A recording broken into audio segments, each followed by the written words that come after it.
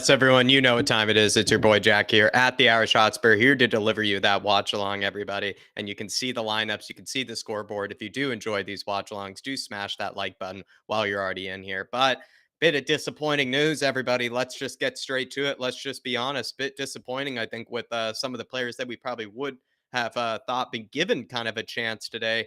Jed Spence being certainly the one. He is on the thumbnail. He is kind of the one that everybody thought would be given his shot today. Not speaking too soon, though. Of course, he could come on in the second half, maybe given a cameo there. But I think we all thought that this would have been a great game to perhaps, put Spence in and give him a shot here.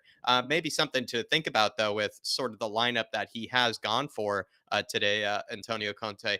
Does this sort of suggest that he is taking this sort of a cup seriously? Maybe if he had played a Brian Hill, a Jed Spence, Tanganga, etc., a lot of players that were maybe more the fringe kind of players in the squad that he doesn't really fully trust. Let's say he put all those guys on at once, started most of them. Maybe that would suggest he doesn't really take it too seriously, the cup, as much as we probably wanted him to play those players. Don't get me wrong. That might suggest that he might not take the cup too seriously. But the fact that he's put in maybe a slightly similar lineup to what he did to Liverpool, to me, if I were to take a silver lining from this, suggests that Conte is taking this cup quite seriously, and he is expecting this team to put in a good performance. And then maybe later in the second half, you can bring on some of these players that we do want to see get given minutes and get given some more time. We do have Fraser Forster in goals. That's a huge change, and it is going to be nice to see Fraser Forster at least once before we head into the World Cup break. Doherty is given another chance here. Emerson dropped to the bench, and we do have Jed Spence, though, on the bench. I think even last time, or at least the game before, he didn't even make the bench, Jed Spence, but I do expect him to come off. I'd be heartbroken to see Emerson come on instead. I think that'd be an absolute crime. Sanchez is coming in at right-sided center back. Let's just pray, everybody, but I don't expect this going well, especially if that Forest crowd is up for it. We do have Eric Dyer in the middle of the back three, I would assume, with Longley playing out left. So I maybe is a return of Eric Dyer probably to the middle. Yeah, Sessegnon playing as the left wing back today with a three-man midfield of Skip, Basuma, and Højbjerg. So Basuma gets to retain his place after a really, really good show against Liverpool. I thought that man actually probably had one of his best ever displays in a Spurs shirt against the likes of Liverpool. So he's given the nod yet again. Højbjerg is going to be joining Skip and Basuma. Earlier, we kind of asked, is it okay to leave out Bentancur and Højbjerg, or is that too risky? Looks like Conte might have thought of that as being slightly too risky and has decided to leave the main man Højbjerg in there. Perisic is up top with Kane, which I actually thought worked quite well against the likes of Liverpool. I think Perisic was quite useful. Thought he made some pretty clever runs, pretty clever movement, maybe showed a bit more of that sort of attacking flair and kind of intelligence that he has in his locker. Whereas maybe at left wing back, we don't get to see it nearly as much. But don't get me wrong, I actually think recently he's been a much better left wing back. But let's get to the chat, see what they have to say. Enough blabbering for me, everybody. But like I always say, do smash that like button if you do enjoy these watch alongs. While you're in here, we got Frank Glass in the house. Good to see you, Frank Glass. Hopefully all is well up in New Zealand, my man. Richarlison, the Pigeons in here. Big up. Hello, Jack. How's it going? It's going pretty well so far. Good to see you, Mark. No Spence and Dyer and Sanchez in defense.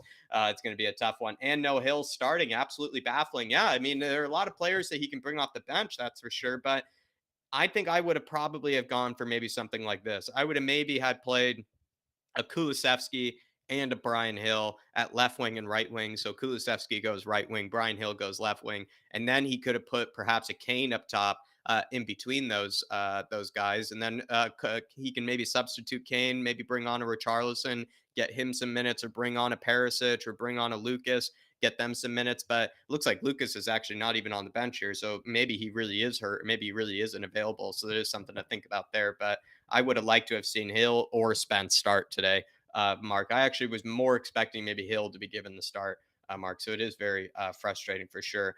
Aurier starts and maybe get a penalty. Absolutely right. And it's actually the opportunity for Spurs fans to get to see all four of our failed right back signings at the same time in the City Ground, where we have the likes of Jed Spence, who isn't trusted by Conte, hasn't been given a minute yet. We also have Emerson, who most fans don't like, Doherty, who Conte probably doesn't really seem to prefer either. And then we have Serge Aurier, another sort of kind of failed right back of Spurs, all in the same building, all in the same stadium, all at once for our pleasure.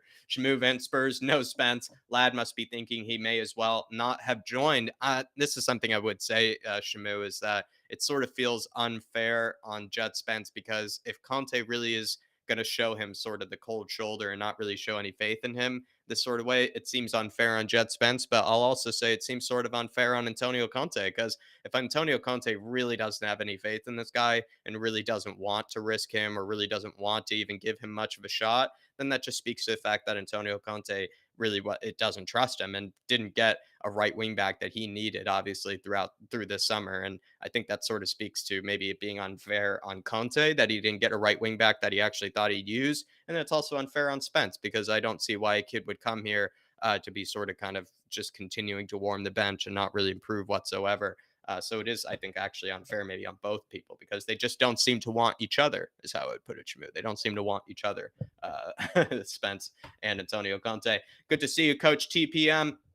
Welsh Cow as well as in the house. Big up, lads. We can do this. Why no Hill or Spence need to progress? Greetings to the Harris Army. Come on, you Spurs, Welsh Cow. Hopefully the IPAs are ready, and hopefully we can at least see Spence or Hill come off the bench at any stage. But in order for that to happen, I feel like Welsh Cow, we're going to need to get a comfortable score line because what's happened in the past where we have maybe left some players on the bench that could get given a cameo, maybe get given some minutes, all that sort of stuff, they don't really get, a score line that's comfortable enough to sort of maybe risk them or bring them on. Usually we're only winning by one goal or it's level or we're even down goals. And it just feels like it's unfair to some of the players like Spence Hill, etc., who probably could have had other games maybe to get given minutes and cameos, but just the performances have been sort of poor enough and the results have been poor enough that they haven't really been given the chance to sort of kind of get some minutes and Conte can feel comfortable giving them minutes because he's not going to really give them the minutes when they're just searching for or when they're searching for a goal or when they're desperate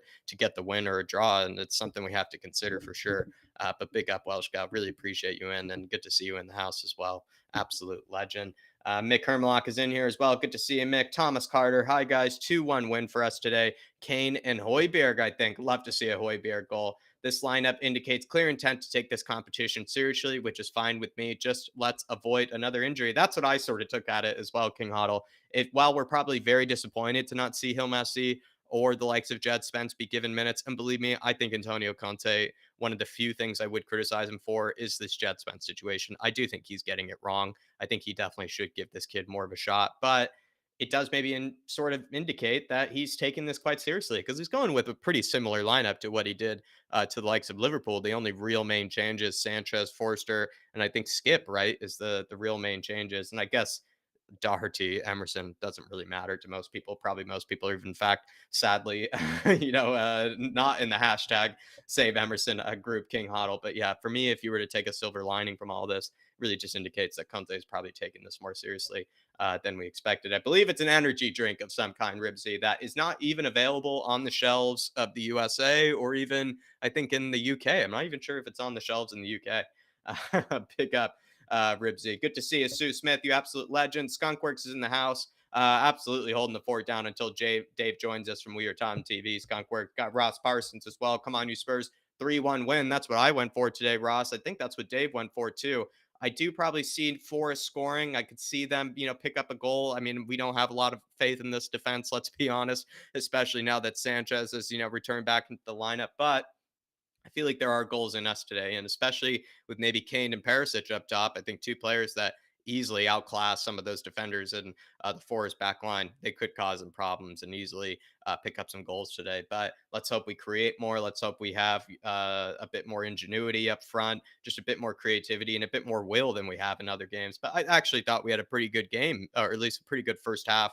Against the likes of Liverpool, just really let down by individual mistakes from moon boots, etc. So let's hope that just doesn't happen this time around because, like I said before, I really didn't think we played all that bad in the first half. Just really let down by huge individual mistakes. And that easily could happen again, though. I mean, especially with the same players starting yet again. Big up Tequila. Big up Terry Wright. Hopefully all is well. But yeah, no, Spence, I really don't have any explanations other. It seems like they just don't like each other. Spence doesn't want Conte and Conte doesn't want Spence, is how I'm taking to Terry Wright. Good to see you, George Hill. Seeing Sanchez in the lineup, and I already feel my blood pressure skyrocketing. Might as well make it skyrocket even further, adding a moon boots to it there, George Hill. Poor guy. Let me know your thoughts on Twitter Reacts, George. And we're going to bring in Dave here very shortly, everybody. We also have Daniel Sandoval in the house. Good to see you, Sandoval. We got Ngoma. Let's go. Let's go. Come on, you Spurs. Good to see that, Ngoma. Totally Lemons in the house. DJ Samuels in the house. Good to see you all. I would have loved to see Spence start. Clement, believe me, this is one of the few things that I would say I think Antonio Conte has probably got wrong. I think when it comes to it all, he definitely could be giving Spence more of a shot. I would have liked, like I said before, to have seen either Hill or Spence start. I think it probably wasn't too much of a risk to play one of them. But again, and I'll repeat myself, Tom, probably blue in the face here. If you do want to take a silver lining from all this, Ngoma, would be probably that Antonio Conte has gone with a stronger lineup than people thought. He hasn't really rotated too much for this game. Does that say that he doesn't have a lot of trust in the lineup? Maybe so, but I think that also says that he actually thinks that he is taking this competition seriously and he wants to get a result here and go into the World Cup with a bit more kind of positivity, a bit more confidence, and also knowing that he's still in every single competition available to him. But we have Davo in here now. He's on screen live in front of the Harris Army. Davo, what do you have to say on all this? And, you know, that's the silver lining that King Hoddle and I took from all this is that even though a lot of people, believe me, are frustrated with no Spence, no Hill starting, does this sort of suggest Conte is taking this competition seriously, Dave? I think, look, it suggests a number of things, Jack. I think it suggests that, yeah, he's taking this competition seriously. I thought he would anyway, to be honest with you. I thought you True. would have seen a strong enough lineup because he's a winner. He sees every trophy as an opportunity to win. So I'm happy in that regard. But where I'm a bit disappointed, Jack, Mm-hmm. is you still could have fitted in Spence in there, and you still could have fitted Gil Messi in there. You can't tell me they're that bad, that are going to be that detrimental to what everybody else in the team is doing. I just think personally it's an opportunity missed. I think you play Gil, you play Spence, you give everybody an excitement going into the game, you give everybody sort of like a fresh perspective going Yeah. into the game. And for me, that's what it was all about today. You know, these cup games, Jack, it's what it's all about is hopefully blooding a kid or two in the games. And hopefully people get to see what they can do over a full 90 minutes. And I'm just disappointed. Like, I know what Doherty can do. Is he going to do anything that's going to blow my mind today? No. You know, and this is the thing. He's not. So for me, give these two guys especially a chance. And like with this, Jack, if they come in today and they take that chance, going into the back end of the season, that then gives you options rather than looking at it and going, "Oh, I've got Emerson or Yeah. Doherty to pick from." You've got, well, hang on, no, I could pick Spence. If you have injuries like we've had, you know, and Gil Messi Yeah. still can't get a start, but he comes on today, starts, plays well. Down the line, that gives you options. It puts him in the pecking order. Yeah. But what it suggests to me is that Tanganga, Gil, and Spence are on their way out in January. Definitely on their way out in January is certainly what it suggests. Another thing too is that I think something to take from all this is that it does seem that Antonio Conte would rather stick with the players that he seems to. I don't know. It just speaks a lot about maybe the trust that he does have. He did, you know, kind of big up Hill in the past. He did big up Spence in the past. Gave them a bit of faith, but does he really have the faith, or was it maybe just, you know, sort of to not really put them down? I'm not sure, but it does sort of show, Dave, that he is more willing to just stick with the players that I guess we've seen enough of. And that's where maybe I'm slightly disappointed too, is that I don't know, like we know what we're going to get with Sanchez. And I don't think we're going to learn anything new about Sanchez. Don't think we're going to learn anything new about Doherty today. Don't think we're going to learn anything new about Emerson if he were even played. So that's where it is a bit disappointing Well, to be fair. Uh, it's also the mindset, though, Jacko. Just quickly, it's also the mindset, lad. And the reason why I say mindset, Jack, is because for me, like tonight, like we've seen these players in the past. Some of these players, right? They didn't want to be there in the Europa Conference League. What makes you think they want to be here tonight in the Carabao Cup? Or is yeah. it guarantee you Jed Spence would, Gill would, because they have a point to prove and they want minutes. So it just Mhm. sort of freshens up the mindset going into it as well. And that energy can be infectious and can be Yeah. enthusiastic on the rest of the guys around them. And it's just it's to me it's slightly disappointing. Maybe for another perspective on the Jed Spence thing, does Conte trust throwing him in there alongside Davinson Sanchez, knowing how bad Mm, Davinson Sanchez has been? mm. So And maybe he with doesn't want to add Tanganga, Spence to it. Tanganga's still a risk, right? Like he doesn't know what Tanganga is going to give him. And let's be honest, Mm, when Tanganga has been given minutes last season, he actually made pretty bad errors actually coming into the mm, team that did cost us goals. So does he want to make Spence look worse? Another thing too, maybe is sort of, I don't know, this is scraping the barrel here, let's be honest, but is he maybe considering the fact that this home crowd, everything, they might, I don't know, get a bit riled up seeing Spence there. It might be a bit too intimidating for him or something. Bringing him on maybe in the second half takes a bit of pressure off him, doesn't, put a ton of pressure on him right away. mm. Sub him on for the likes of a Doherty. I'm not sure. I think ultimately for me, I would have rather just seen Hill or Spence start. I think that was, not too much maybe to ask for. Also, though, I don't want to get too much on Conte's case today because it does seem he has gone for a lineup that at least he thinks can win the game. He hasn't decided to Mm, take too many sort of risks or substitutions. I think it was even SOF in the chat that said he hasn't gone for Pochettino and has just decided to just make 1,000 very true. subs Very and, true. lose to Colchester. It's definitely different from that. But I feel like he could have fit in a Hill. He could have fit in somebody, if you ask me. But we do have Shawnee Boy in here. Sean, the Harris Army can see you live. Good to have you back, Sean. How we doing? Oh, good, Jack. Good to be back with you, my man. Yeah, I'm good. I'm good. I'm a little bit surprised, disappointed by the team. I think it's unnecessarily, I'm going to say, quote unquote, strong, unnecessarily shameless in the disgusting treatment of Brian Hill and Jed Spence. But it is what it is. I don't think those two are ever going to see They a don't want start for each other, Tottenham is my Hotspur. conclusion. It's like Spence doesn't want Conte and Conte doesn't want Spence. It's like, they were trying to make it a match and just, it's almost like they're not compatible. They just don't want each other. It's like they're forcing a marriage between these two guys. It seems like I'm they not just happy don't. about it, man. Yeah. I love the analogy, but I'm not happy with it. I think that we were talking about this briefly on the We Are Tottenham TV thing. I feel like there might be too much ego involved, and Yeah. it's a look. I think we got like considering that Nottingham Forest have basically put out the second string team. I expect Tottenham to win tonight, but it's not necessarily Yeah. just about winning. It's about who you win with, how you win, and all those things. And the fact that Brian Hill and Jed Spence can't get a berth tonight, I think, is, in my opinion, it's maybe a harsh adjective, but for me, it's a disgrace. Mm. Well, at least you get to see the return of Moonhead and GPS Tracker, says Scott Fitzgerald here. So there's certain things to take from. Sean, I made a joke actually today on Twitter that actually Spurs fans get the pleasure of seeing all four of their failed right back signings in the same stadium at once here. They get to see Serge Aurier, Emerson Royale, Doherty, and Jet Spence And Jed all at the Spence, same time. yeah. It's a right wing back convention. Yeah, So nice. if Daniel Nice. Levy is there at the City Ground, he does get to witness all the failed signings of not even, just Steve Hitchen, but let's be honest, one of them being Hey, Ivan Jack. Paratici. Yeah.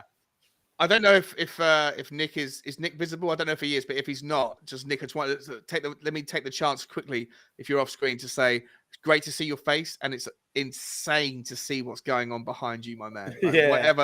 whatever you're doing there, bro. Should we Looks bring like you he's on, at Nick? Sky Sports.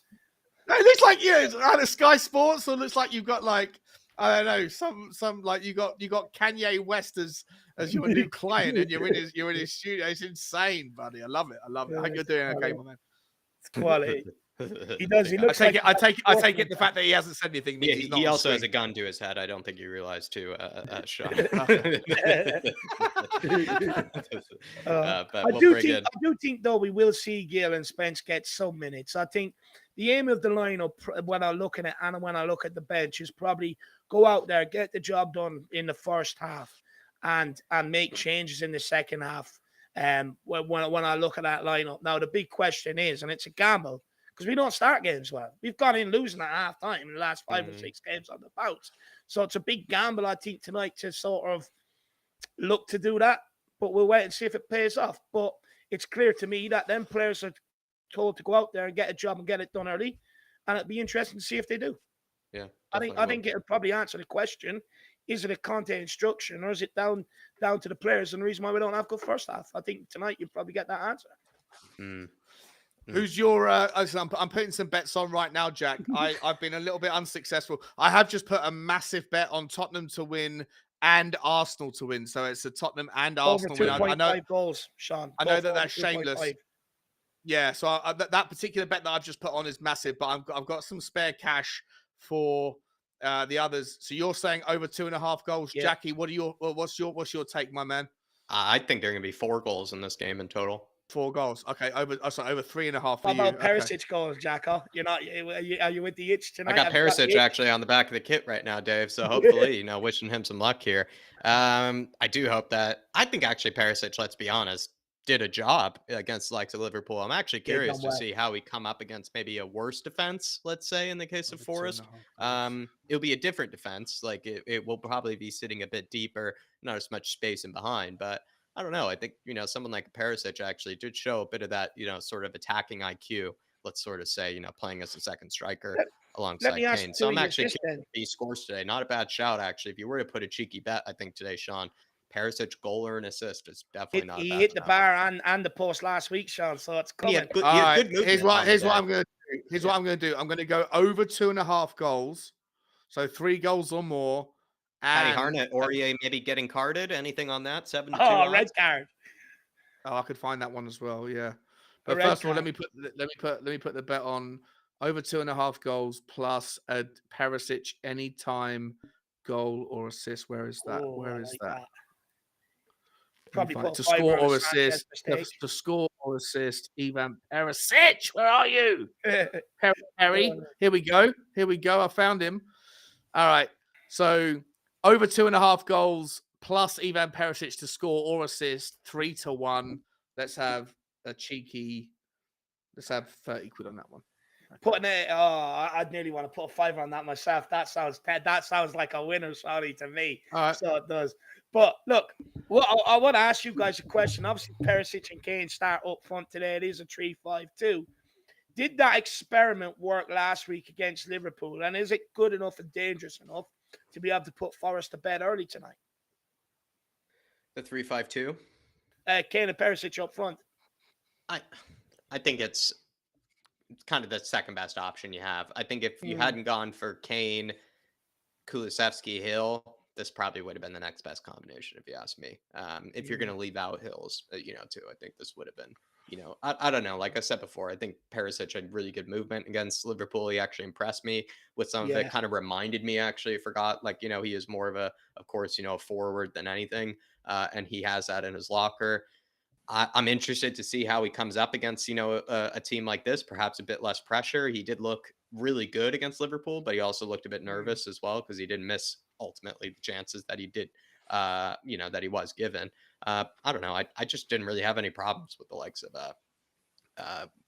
Perisic. I actually thought he was pretty good on the day, and especially it was an experiment against a team like Liverpool. Like I don't know, it's not a lot you can really ask from the guy, and I think he did more than a job. So I'm going to be interested about how he goes about this one. Everybody, while you're in here though, do keep smashing that like button. I believe nearly 200 in the house, at least last time I checked as well. Please, please, please keep smashing that like button. Keep getting your. Say that again.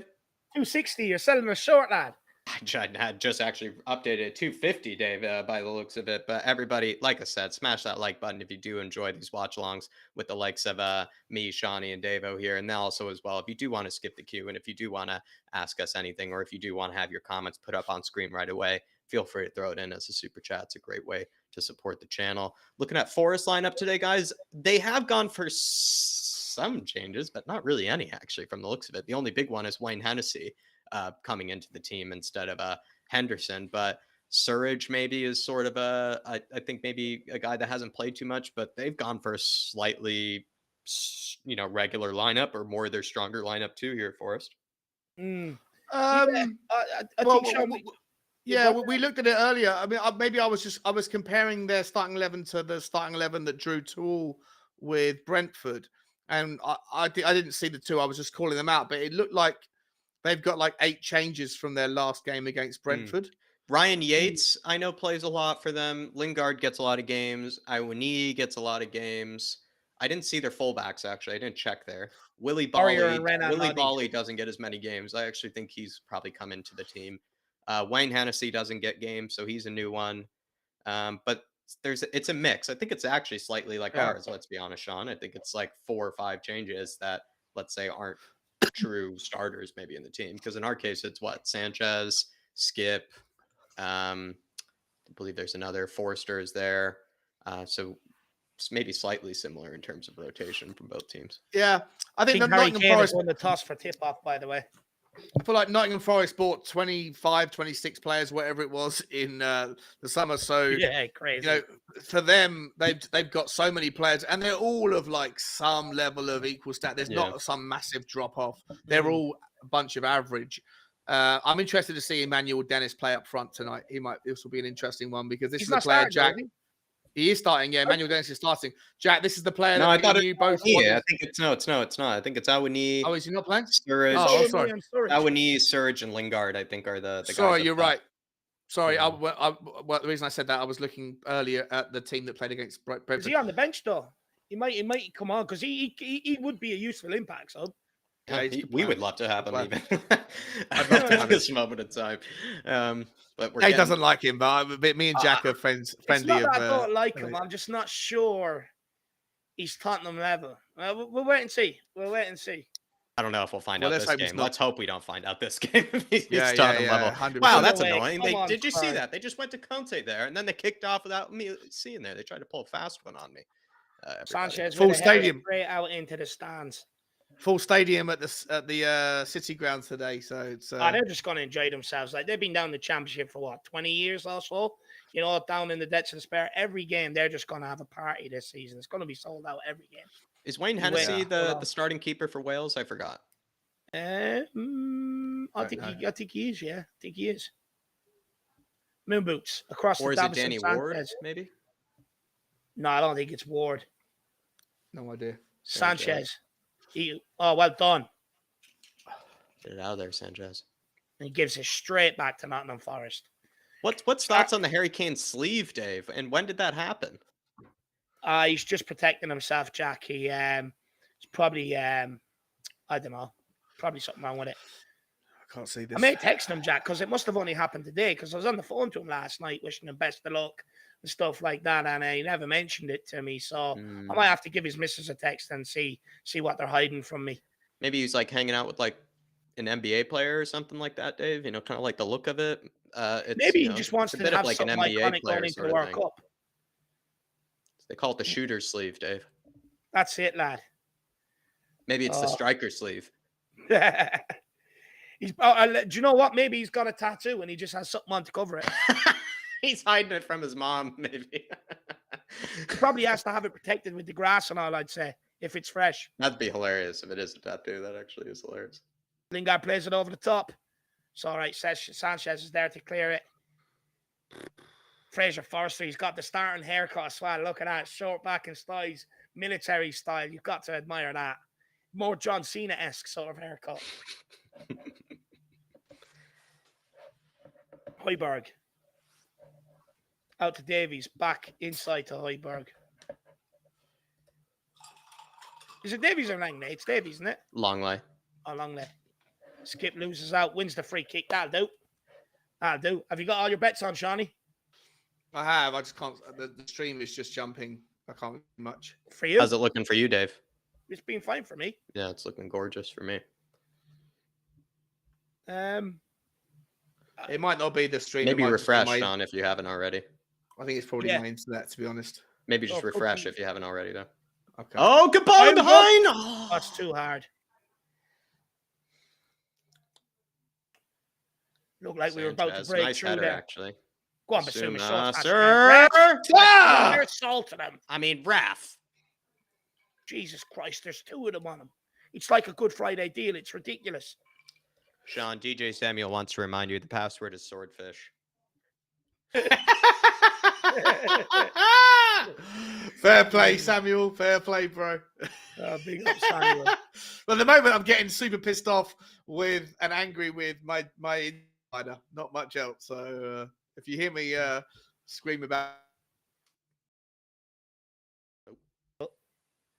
You there, Shawnee?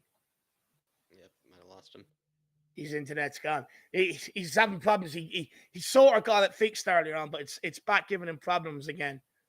Well, last time I saw Dave, maybe Sky Sports is, a bit of a Forest leaning, maybe They're probably just realizing that Sean's, watching the Spurs game today, so they'll fix it tomorrow, but they didn't want to fix it for him for the Spurs game. Højbjerg, what a pass. What a ball. Can we do that with it? Matt Doherty inside to Sanchez. He looks like a fish out of water. It's gone back to Doherty. What do you mean, Dave? Remember, he's so much better closer, further away from his own goal. Honestly, he didn't know what to do with the ball there. Look at him. He's 10 things going through his mind. Terrence, Perisic Kane here, play your band. Face him up, get a shot off. Oh, play Perisic. Oh, he's got to do it quicker. I thought he had Perisic there, but he wanted to maybe go for a shot. Go on, get out there after him. Come on. Who's the ref, says Terrence? Peter Banks. Peter Banks is the referee. I'm not sure who's in the VAR room, if I'm being brutally honest. Is there VAR for these? I think so. Maybe there's not. Should be. Oh, no, there probably isn't, actually, because you can't guarantee all clubs will have it. Yeah, that's right. I think this game does go to penalties, though. I don't think there's any extra time whatsoever. Yeah, it was the case that way last season. Yeah. Or under unknown. Yeah, last season, under Nuno. Oh, I'd love to just see us getting the ball and string 3 passes together, Jack. It would be nice. Forrest playing their way out here. Basuma doesn't know where to stick or twist. He does neither. Oh, nice it's a ball right down in behind Derek Dyer. Jesse Lingard facing him up. It's a battle for the World Cup. He stays way off me. Allows him to pass across the middle. Box, it's a shot from distance. It's blocked. Goes for a corner from Ryan Yates. There was a ball in behind for Lingard there. How's Dyer not getting closer to him, though? Why does he keep dropping off to the again, yeah, it feels like he's just playing pedestrian. It feels like he's just letting him do what he wants there, but let's just hope we defend this here. He had him in the right position. He had him going down the byline, face him up. Use your strength to try and outmuscle him, try and win the ball back. But he drops deeper and deeper and deeper. Yeah, he dropped deeper and then allowed Lingard to do exactly what he wanted, play that pass into Ryan Yates. Yeah. So annoying. I hope he goes. I hope he gets picked for the England squad. I really do. They're coming home early if that's the case. Oh, sorry, Sean. Now I see you back. Bringing you back in, Shawnee. He's back. Love it. It's a Nottingham Forest corner. It's a ball in. Doesn't beat the first man. Højbjerg, though, hit it out for another corner. Clearance. Could have been. Should have headed that upfield. It's another corner kick. Ridiculous. Can't see fuck anything.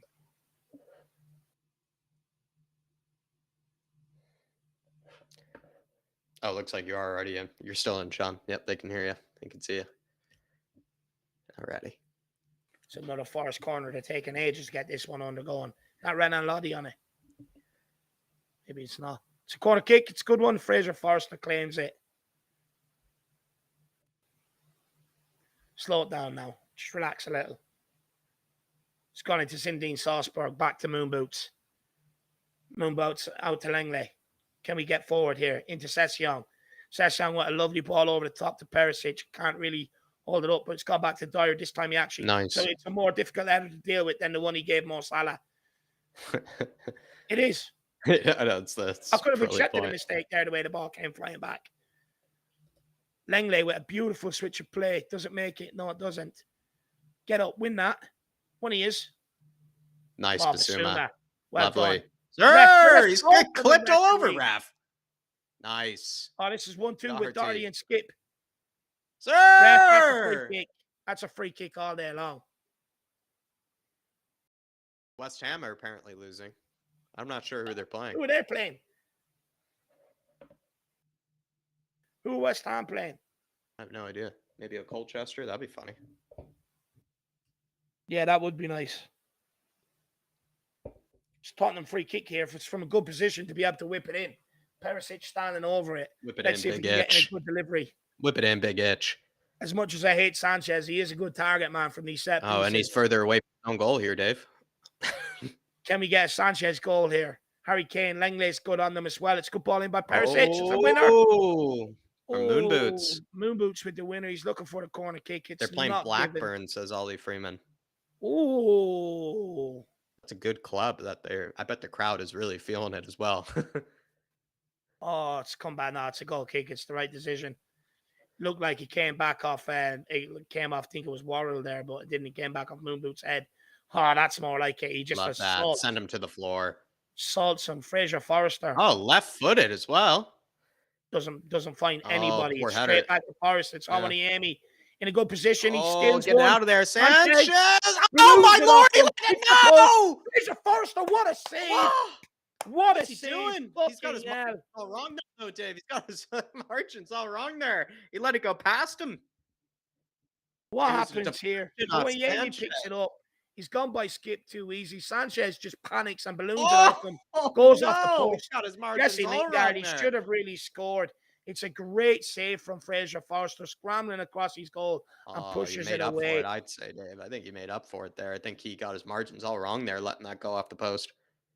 He seemed to think that it was head wide. He's got lucky there. Oh, dangerous already. It's another Nottingham Forest corner. It's a good delivery towards the back post. We win it on the edge of the box, and he Way. nearly gone into the river that runs alongside the river or alongside Mood the Boots would be stadium. proud of that one. O'Brien, he's the guy that brought from Huddersfield, had a very good campaign in the championship last year. Why did he have to show us this ugly guy? Take him off the screen. No one cares about him. Big up, So Wolf ugly. Maller. Good to see you in the chat. Big up, Wolfie. Good to see you, brother. Hope you're keeping well. Same as Shamu. Everyone, actually. It's good to see you all. 300 in the house, everybody. Smash that like button if you enjoy these watch-alongs. Beautiful people. Yeah, smash it. Absolutely obliterate like we're going to do to Forest today. It's Sanchez marauding down the right-hand side. Leaves it to Matt Doherty, who, In fact, passes it if we back. get a few goals, maybe. If we get a few goals, get the like button going, Dave. Perhaps change into those lumberjack outfits we were talking about. Yeah, I think so, Jack. I'll have to whip out the old dungarees. Basuma. Oh, it's a lovely ball out by Basuma to Matt Doherty. Doherty. Go on, Basuma. Picks it Nice back Basuma. up. Oh, how does that Oh! go? Who played that? Who overhit that? Is that Doherty? It looked like an easy pass. Who was that? Kane even's looking at him. He's like, what the fuck, you useless twat? How did he overhit that? It was a As soon as Højbjerg. Salzburg. That's Yeah, poor from He Salzburg. knows, even the way he's walking, he knows it was a good opportunity there. Oh, it's frustrating. Frustrating. Hugo Boss jacket from Antonio Conte. Yeah, he's got a nice, what are they called? Puffer jackets. Must be feeling the cold up there. Not a Patagonia man by the looks of it. No, definitely not. Forest on the attack here. There's too much space when they're breaking through the lines. Way too much. Step out, Doherty. They whip one in. Oh, no. It's an absolute nearly calamity between Lenglet and Session. Oh, Jack, when they break, they're getting way too much space at our back line. We're all over the place. We're at 6 and 7s here across the back. Yeah. Oh, gee. Like between Lenglet and Session, surely there's a bit of communication for one of them to talk. Like Session could have told Lenglet to leave that. He'd deal with it. Look how hard they're breathing. Look how nervous they look. They look like they're in the middle of fucking D-Day, the Normandy landings. Fucking hell. Come on, Skip. Go on, win that. Turn it over. Oh, my Lord. Deflected. He pulled out of that. He pulled out there, best did. man. Lodi. Another ball towards back post. Sanchez deals with it. Give me one Looking second good, Shawnee. We can see you.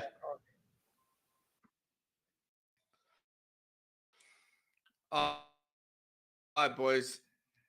I don't know if I can stomach this. If you can't, no worries, Shawnee. But they can't see you right now, and I got no stream. No stream as well. That's horrible.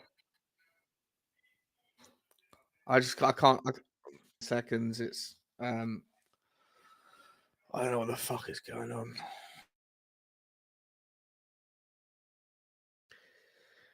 Ball back into, I believe it's O'Brien. To Shawnee, sorry, I had a phone call there. I was just going to say to Shawnee, can he get it up on his TV even, and we'll try and sync it through that way? Yeah, we could try to sync up with Shawnee if he wants, but I think he's even having trouble connecting through here, like on the panel. Oh, do you know what? I feel so bad for him. Like, the amount of times he's tried with these internet providers to get the problem sorted. It's making your situation look, tolerable, Dave. And I don't even think yours was tolerable. No, it's making yours look like it's making yours look like a heaven, in comparison. No, I just feel bad for him, man. Like, it's one of them. It's like no matter who he rings, no one's sorting it out. It's like he's left in limbo. It's a piss. Yeah. It's not. Pick up the regular. Crazy. I'd be going absolutely crazy. Big up the regular. Good to see you, my man. We haven't started the best either. No, we haven't. We won't start until after 45 minutes anyway, says Carl Simpson. Yeah, but that wasn't the plan here, though. That was not the plan. Dark Sun G with the super chat. He says, I just woke up.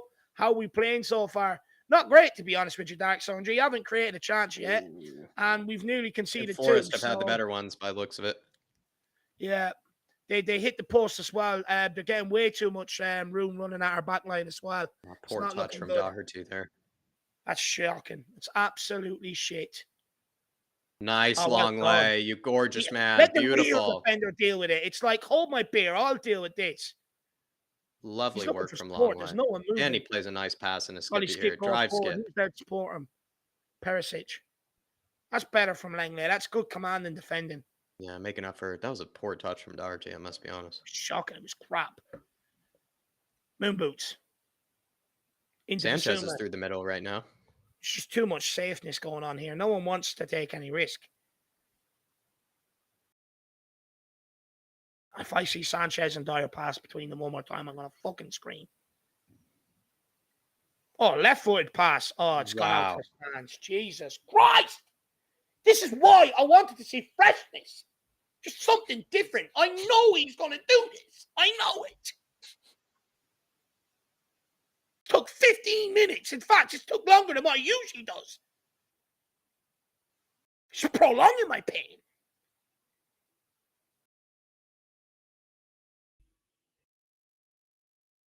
Moon boots instructing Langley to run across the pitch and take responsibility because he's a coward.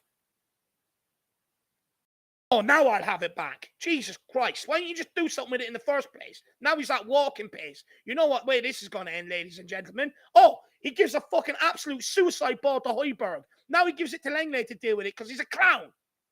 To Sessegnon. He gets taken down. Well done. That all started. Yes, see Højbjerg go man at Dyer. Wake up. Look at the picture. All the space around you. Mount that. Pissing me off already. The fact that Højbjerg has to go absolutely mad at him and tell him what to do. It's a joke. Højbjerg literally had to stand there, Jack, and go, look at all that space around you, Dyer.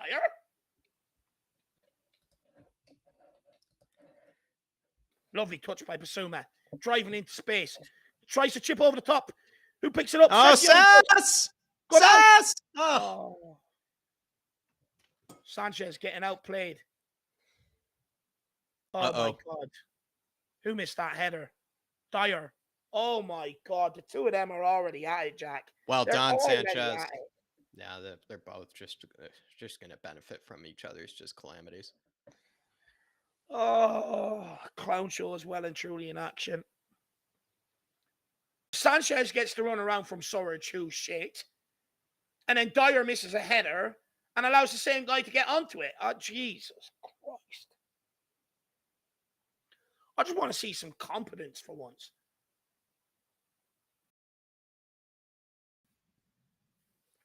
Um, 17 minutes and 12 seconds, Sean. Oh. And the stream we have isn't working for you? Because your internet seems a lot clearer now. You're not glitching in and out. Yeah. You until my internet's just dropping in. It's like fucking hokey pokey. Come on, what, Sean? You're not actually missing anything. You're just missing the clown squad in action again. It's all you're missing. Dyer and Sanchez being clowns, and Doherty. I saw Sanchez. I just saw Sanchez about, I don't know, for you must have been 3 or 4 minutes ago. For me, it was about a minute and a half ago. He just fucking lofted the ball out and tried to play it to the left-footed. The left-footed. Fucking went out of touch. Højbjerg in a minute giving out to Dyer, explaining to him that he's about a 60-mile radius around him to move into and progress the ball. Wait till you see it. It's embarrassing. Steve, I put such a massive bet on Tottenham and Arsenal to win tonight, and I don't know why I did it. But no idea why I did it. Like, what was I thinking? Just get caught up with the pre-game stuff. You always believe that Tottenham are going to be better. It's this time. This time it's going to be different. Yeah. It's never different. Never different. Fuck's sake. Sorry, Jack. You were saying Steve D says something. Steve D says, trouble is, it's the relentless pressure on the back line. That's a big problem, too. It's that they can't handle the pressure, Steve D. And it's easy, basically, for any.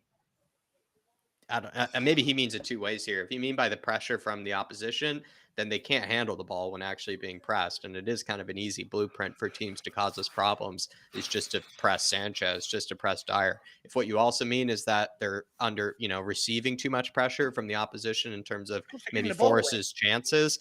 I mean, these guys are going to commit mistakes anyway. Even if we had a ton of the ball, they're still going to make huge errors and huge mistakes. So it's no matter what, you're going to probably face some sketchy moments with them no matter what. They're under pressure because they're at 6s and 7s across the back. They're all making mistakes. And they're also under pressure because when they're on the ball, prime example, Sanchez puts it into the stands. Doherty's already lost it. Dyer's already put a suicide ball into Højbjerg. You know what I mean? It's kind of like, these are your guys that you're expecting to build up the play. Sir! Give me yellow. He looks like a Gene D say, thanks for the watch along, guys. ESPN wants me to pay $10 to watch Sanchez play. What? Fucking yeah, they can't charge $10 for It should be the other way around. They should be paying you. They should be paying you, Gene D. Yeah. Should be free, actually. When these guys are playing, should be free. Oh, fuck's sake. Oh, what is... Oh, go on, Skip, win that. Oh, I can't watch this shit. Win that. Win it. Well done. Oh, that's not a free kick. Go on, Perisic. Oh, he hasn't blown it. That's soft. That is soft. I'll tell you what, boys. I'm gonna drop off, and it's not your fault. I appreciate you having me on. I'll drop off. Maybe I'll pop in at halftime. Okay. Yeah, that'll work. Yeah, come on and have your say at halftime. Yeah, all right, boys. See you soon. Cheers. See you soon, Johnny. See you, my man.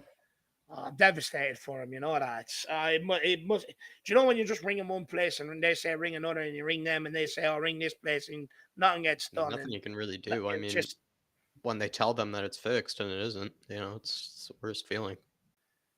Strongest team. They've made 9 changes from the weekend. Yeah. They look like the better team. Yeah. No, it's lost Lingard. out. Oh, it's gone over. Corner kick to Forest. This is absolutely appalling. This is shocking. Like, Basuma's in charge.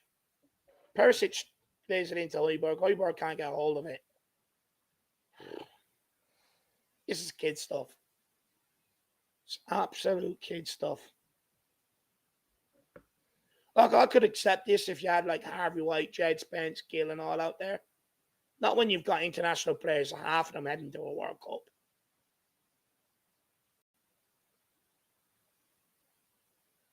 Fuck's sake, referee. Tell him to get on with it, the pussy. Oh, my boot. I just have to take the mud off the bottom of my soles. Screwing on a stud. Tell him to get off the pitch then. Oh, I care. Yeah, get off the pitch. Yeah, tell him to get off the pitch. Ridiculous. Someone clothesline him. Deserves it.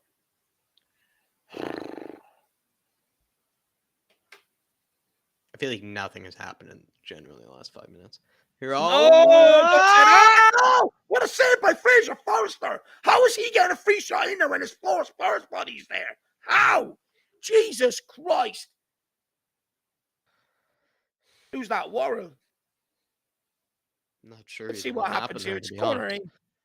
Oh my God. No one knows where it is. Wow. 4 or 5 bodies there. Who's there? Session, Perisic, Dyer, Kane. Not one of them know what's going on. Fraser Forrester standing bit. Good save by Fraser Forrester. Is it free out though? Oh, it is a free out. We'll take that. It's worrying signs though, Jack. You know the inevitable is going to happen. I feel like we're going to concede first, Dave. I agree. Why? What have I done in previous life to deserve this torture? Oh my. Just put out wide to Doherty. Well done. Oh my God. He's just kicked it away. Skip. He hasn't even given the kid a chance. Just take a touch. Tottenham throwing deep in Forest half here. What can we do? If this ends up going all the way back to the back four, I'll go nuts. Ball in. It's a corner kick. Goes up for a corner here. Wasn't even a good corner. It wasn't even a good cross. It was a mistake from who's that man? Niakate, I think. Yeah. Come on, get a good ball in here. It's Bolly. I made the mistake. Come Big on, up, Perry. Ellie. Good to see you in here, Ellie. Yeah, big up, Ellie. I hope you're keeping well, by the way. She had a nasty fall at the Liverpool game. So I hope you're doing well, Ellie. Everyone, give Ellie well wishes. Ken Perisic getting a good delivery here. Let's see. Harry Kane pushing the guy in front of him like it's UFC match. I absolutely love it. Give him a rock bottom. That's it, referee. Yeah, tell him stop crying.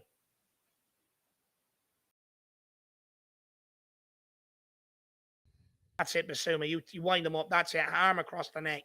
You love to see it.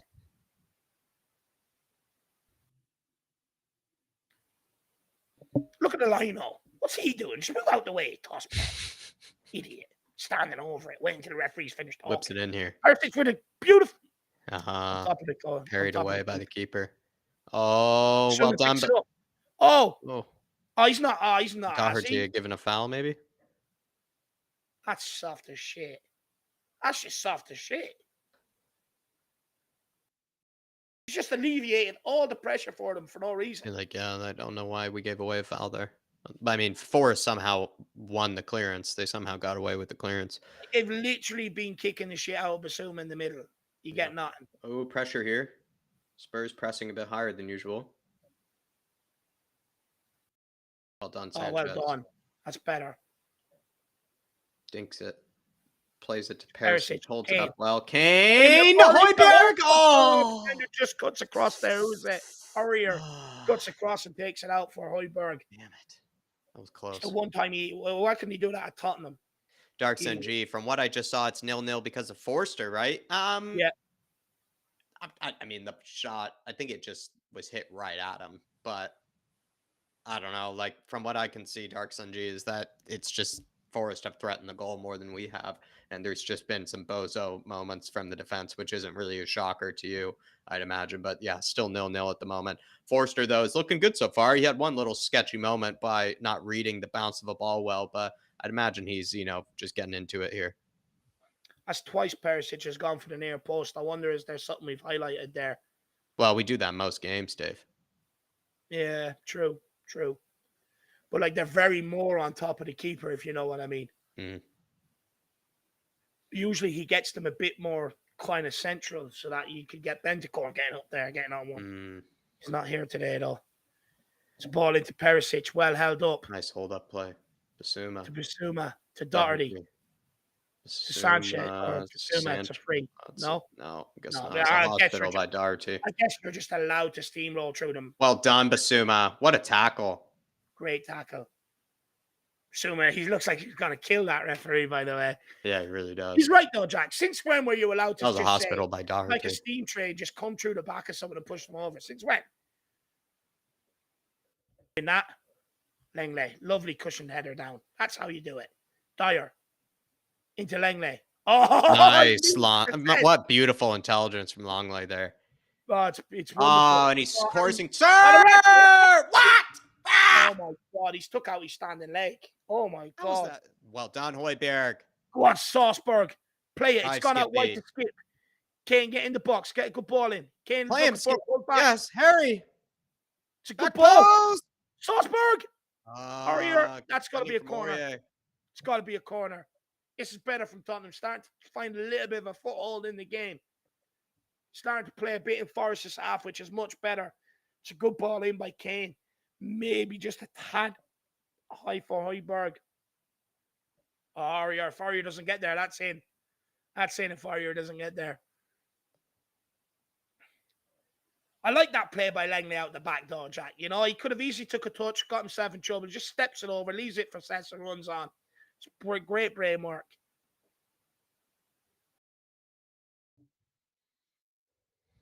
Perisic on the ball. Puts in the corner.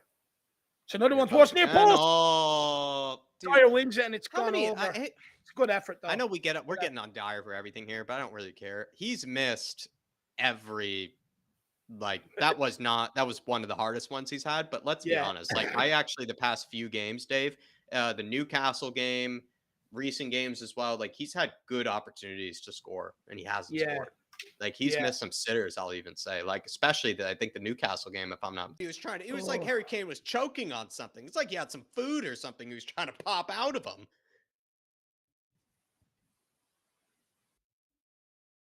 Oh, Oh, that's really annoying. Oh, Jack, I think you were frozen there. Oh, you're back now. You're back. Oh, that was really annoying. But how's he not giving that as a decision? Honestly, if I grab my missus like that on Valentine's Day, even that wouldn't be allowed. It's Valentine's Day. Perisic shoots. Oh, it's across the box. Who's missed that? Back post. Save. What a save. What a save. It's a ball in the box by Salzburg, wins the corner. This is much better. Last 5-10 minutes has been much, much better. Come on, Tottenham.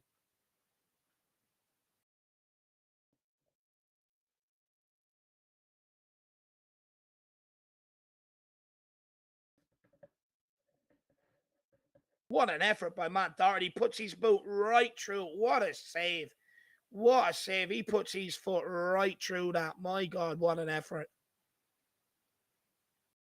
What a save. That's hard to save from that with that much power in it. It's absolutely unbelievable. Oh, Sanchez. Near post.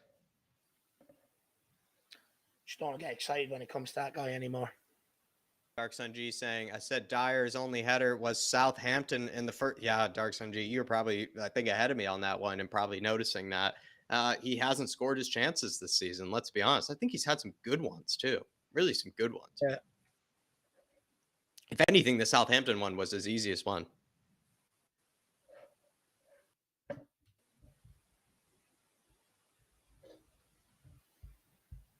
Oh.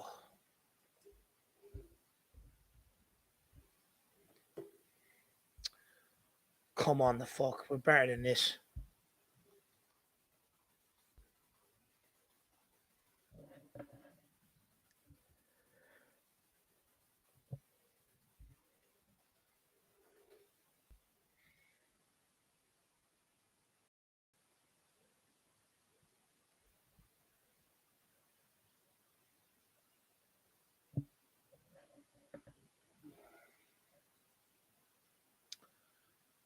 Come on, get on with the game, the fuck.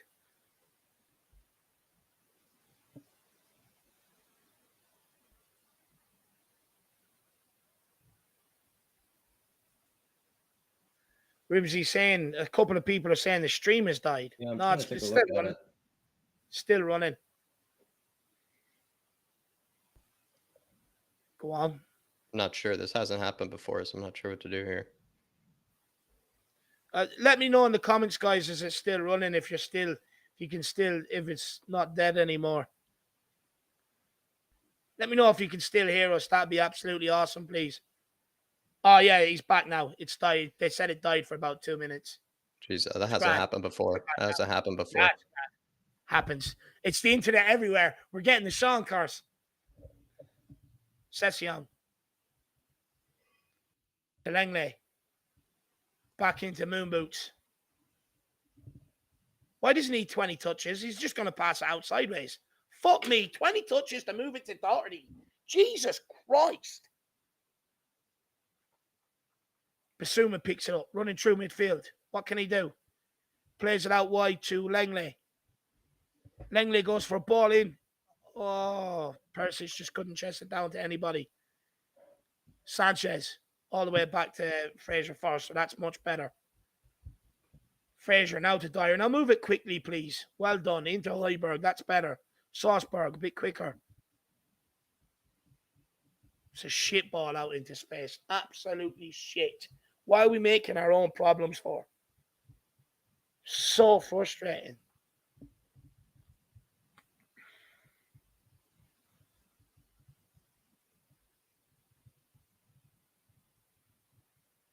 Why are they just focusing on Perisic for? Nothing happening.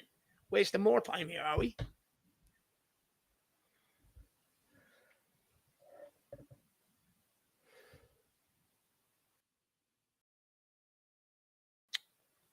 Forest throw in. They're going for it quick. It's gone into Suric, who plays it over the top. He's put too much on it. Can he keep it in? And when he saves it. Put pressure on him, Sanchez.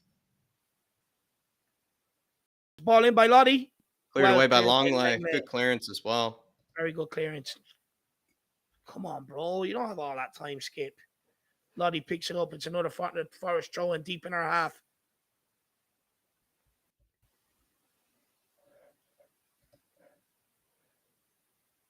It looks like he's going for the long. No, he's gone backwards. Now get out there, put the pressure on. That's it, Perisic. Basuma now catching up with it as well to put the pressure in. Nearly steals it. Referee plays advantage. It's a ball in. They're in on our back line yet again. Here he steps over. It's a chance. Can Lingard get it under control? He doesn't. Thank God for that. Ball out to Renan Lodi here. Swings it in. It's gone out for a corner kick. I'll be honest, Dave, we haven't created anything. No, we've been absolutely shit. Absolutely dog shit.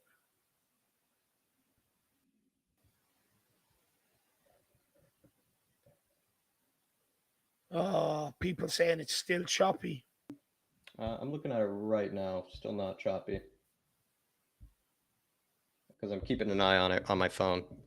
No, grand. Renan Lodi with the corner kick. He's got the two hands up. What's the signal? It's for the front post. Who gets up and wins that? Who won that? Perisic. Well done. Jack, this is an absolute joke considering they made 9 changes from the weekend and we put out full experienced internationals going to the World Cup. Just haven't created a freaking thing either. I mean, we sort of have, but we just overplayed the passes as per usual, which has been the story of the season. Oh, bumbling around in there. Clean clears. Nice touch. What a touch. Sir! That's a free out. Well done, ref. That's a yellow as well. He's coming behind him. That's a yellow.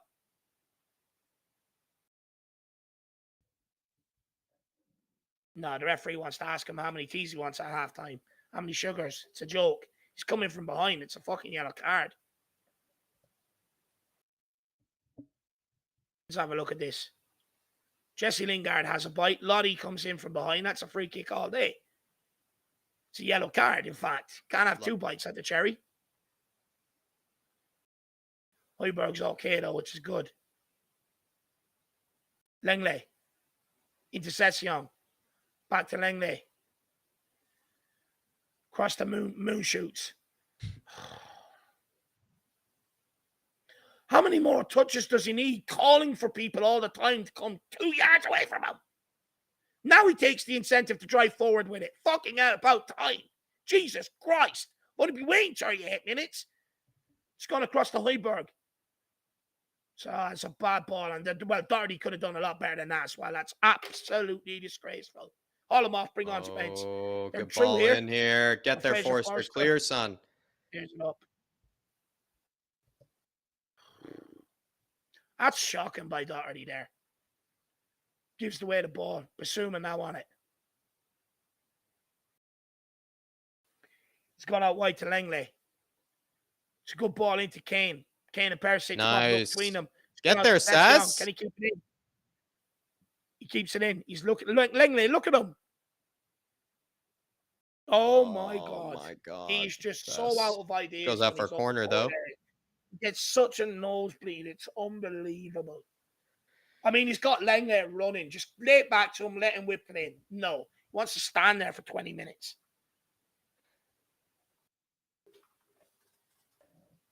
This is disgraceful football. We're so void of ideas, so void of absolutely everything. It's ridiculous. Perisic with the corner kick. It's a good one. Ooh. No one wins it, though. Forest clear it. Doherty with the hit all the way back to Perisic. It's Tottenham throw-in.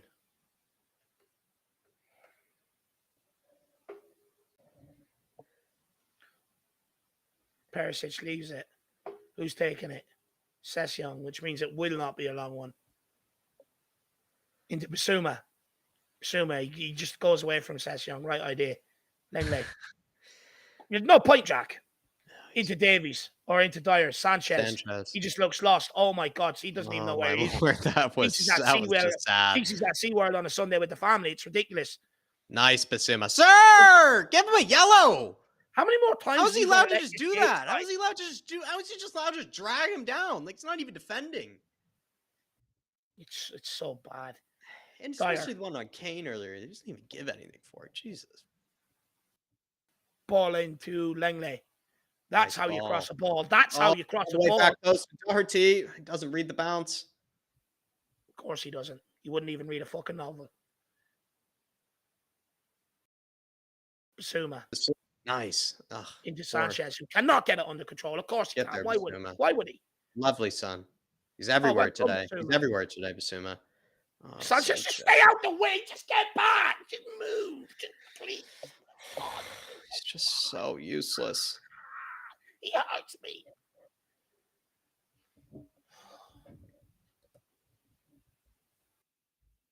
Why?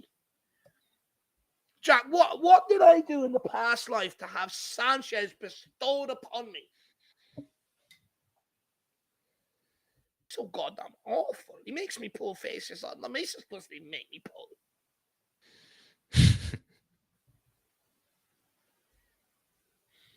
Assassin, time and space. Why? I feel like there's no Everything's reason. just so negative and shit. Yeah. Look at Dyer, 20 touches. He has to wait for someone to be 4 yards away from him. Look how deep Basuma and Skip have to come to get the ball. It's ridiculous. Slow pass out to Sanchez. Should be quicker than that. Oh, Sanchez just goes back to Dyer. Why not? Yeah, let's have a fucking pass off on. Find Højbjerg. Nice. Turn Højbjerg. Into Skip. So safe back to Dyer. One of these midfielders just get turned and make something happen. The back line can't do it. They're incapable. Skip it. Like, this. Do you know what annoys me about Skip, Jack, right? He's in here tonight being given an opportunity. And everything he does is extra safe. Honestly, if Wink's done it, I'd be going crazy.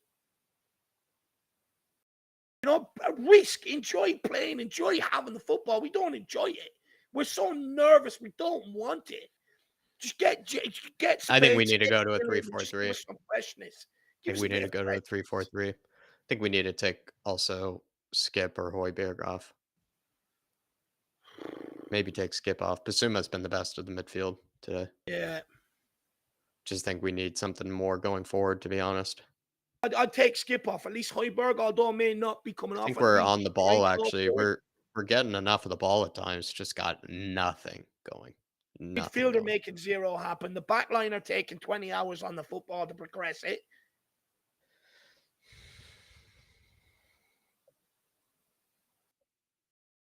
Look at Doherty and Dyer, honestly. Look. They think they're in the Cold War. Oh, risky. Go on, win that. No, do not blow that up. Foul. He's already gone to ground. He slipped before. Oh, Jesus Christ. Yeah, it's a lucky foul, but I wish he didn't commit that foul there. He gets away with one.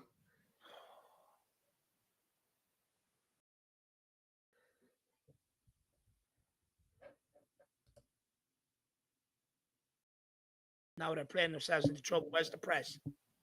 Non-existent. Oh my God, Dyer. Oh, holy fuck, Dyer and Sanchez. Jack, that's just one long ball, and the two of them can't read the bounce or can't read it. Oh my God. Oh my dear Lord Jesus. Offside. I just can't believe what I did that go out? Oh, Matt went out of play. His hit up to Perisic went out of play. What's the oldest rule in He had no pressure after. He even beat Awani. He actually made a nice touch to get around him, and he still hits it out of play. Oldest rule in the bull, Jack, in the book. Don't let that ball bounce. And what did the two of them do? Watch it bounce between them. Unbelievable. Absolutely. They can't even, they're that rattled, they don't even remember the basics of defending. It's so bad. The number one rule, do not let that ball bounce. You hear it time and time again. You hear it so much, you're sick of saying it. I've seen guys do it on Sunday League and being hauled off for it, where the manager's like, I can't accept that. I can't take that. It's the oldest trick in the book. You don't let it bounce.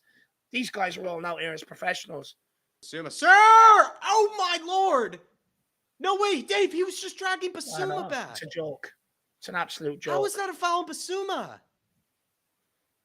Paid 45 million. What did I miss there? How is that a foul on Basuma? What did I miss there? Giving me no confidence whatsoever.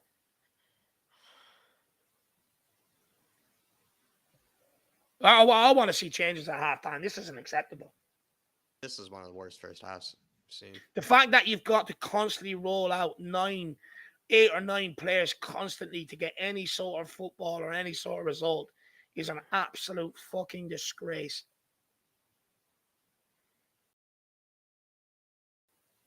Oh, now he decides he'll win it. Well done.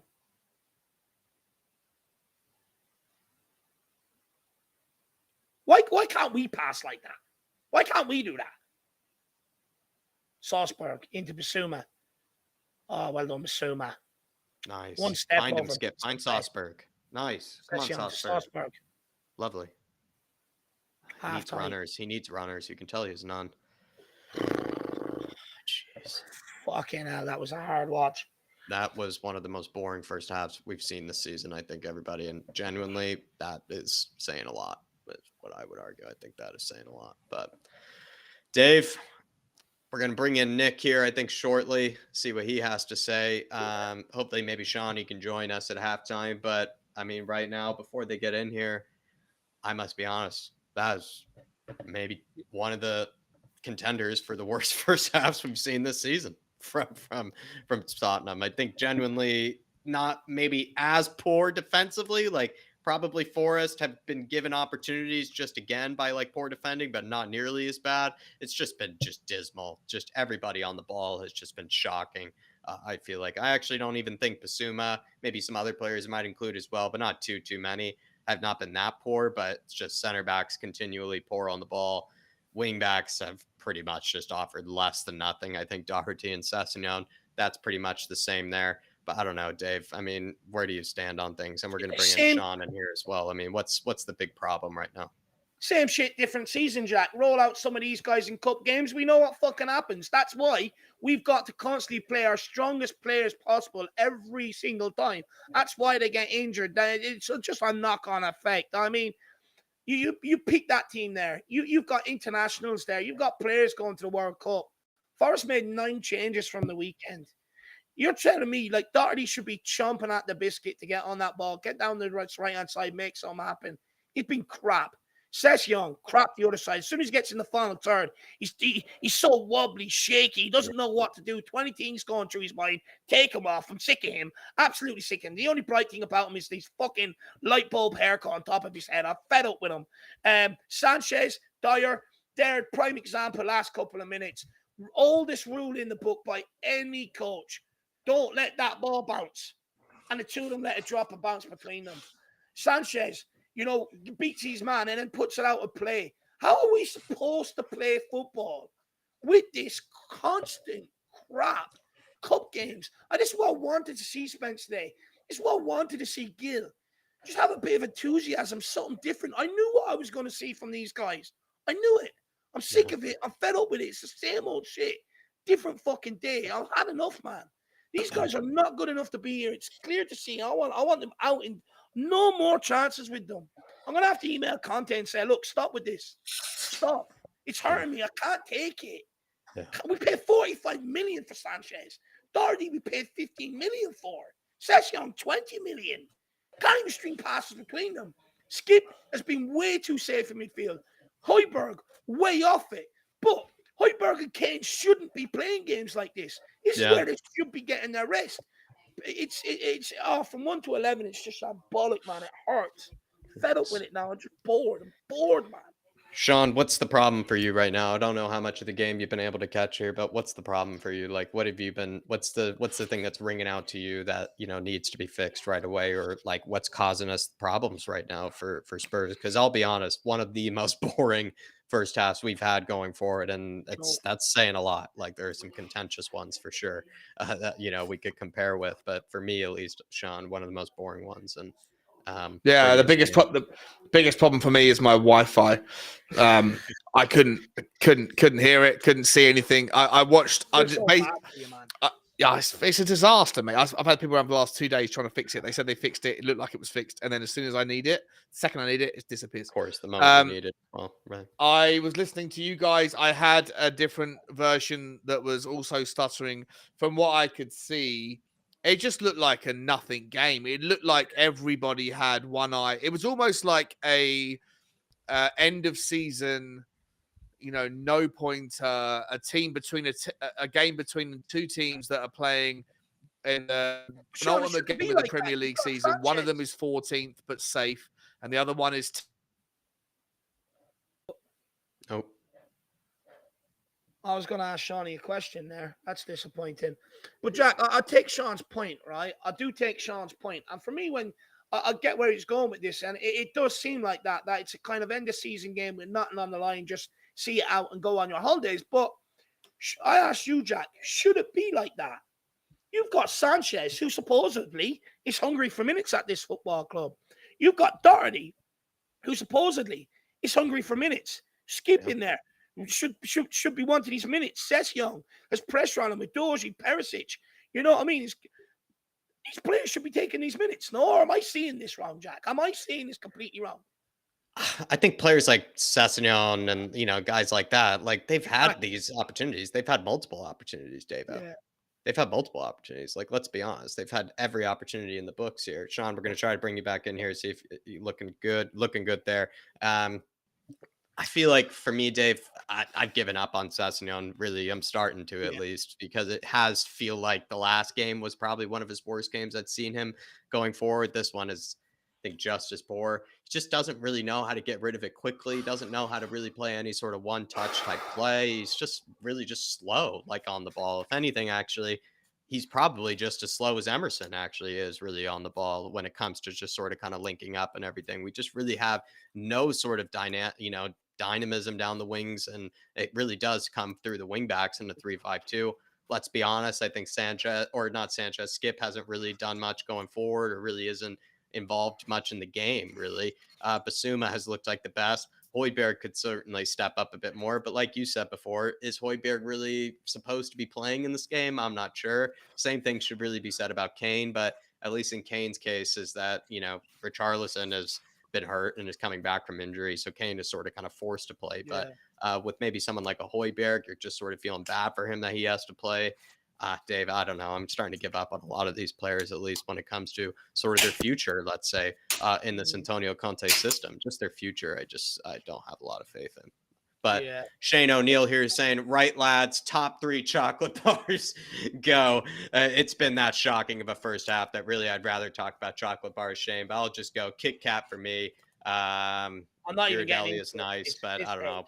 It's the problem with this football club is you're seeing documentaries come out. What's your 5 favorite chocolate bars? I mean, piss off. Concentrate on getting back out on the pitch. Not even getting into it. It's disgraceful. They'd rather talk about it, to be honest, the players. Azil Hamid saying here, who keeps picking them? This is pathetic. He wants Conte out. Sean, some people feel like this is probably a result of just the lineup that he's picked. I mean, listen, I feel like today is just, it feels to me like everybody's just like given up for the World Cup already. I'd imagine that Leeds United game of the weekend is going to be very similar.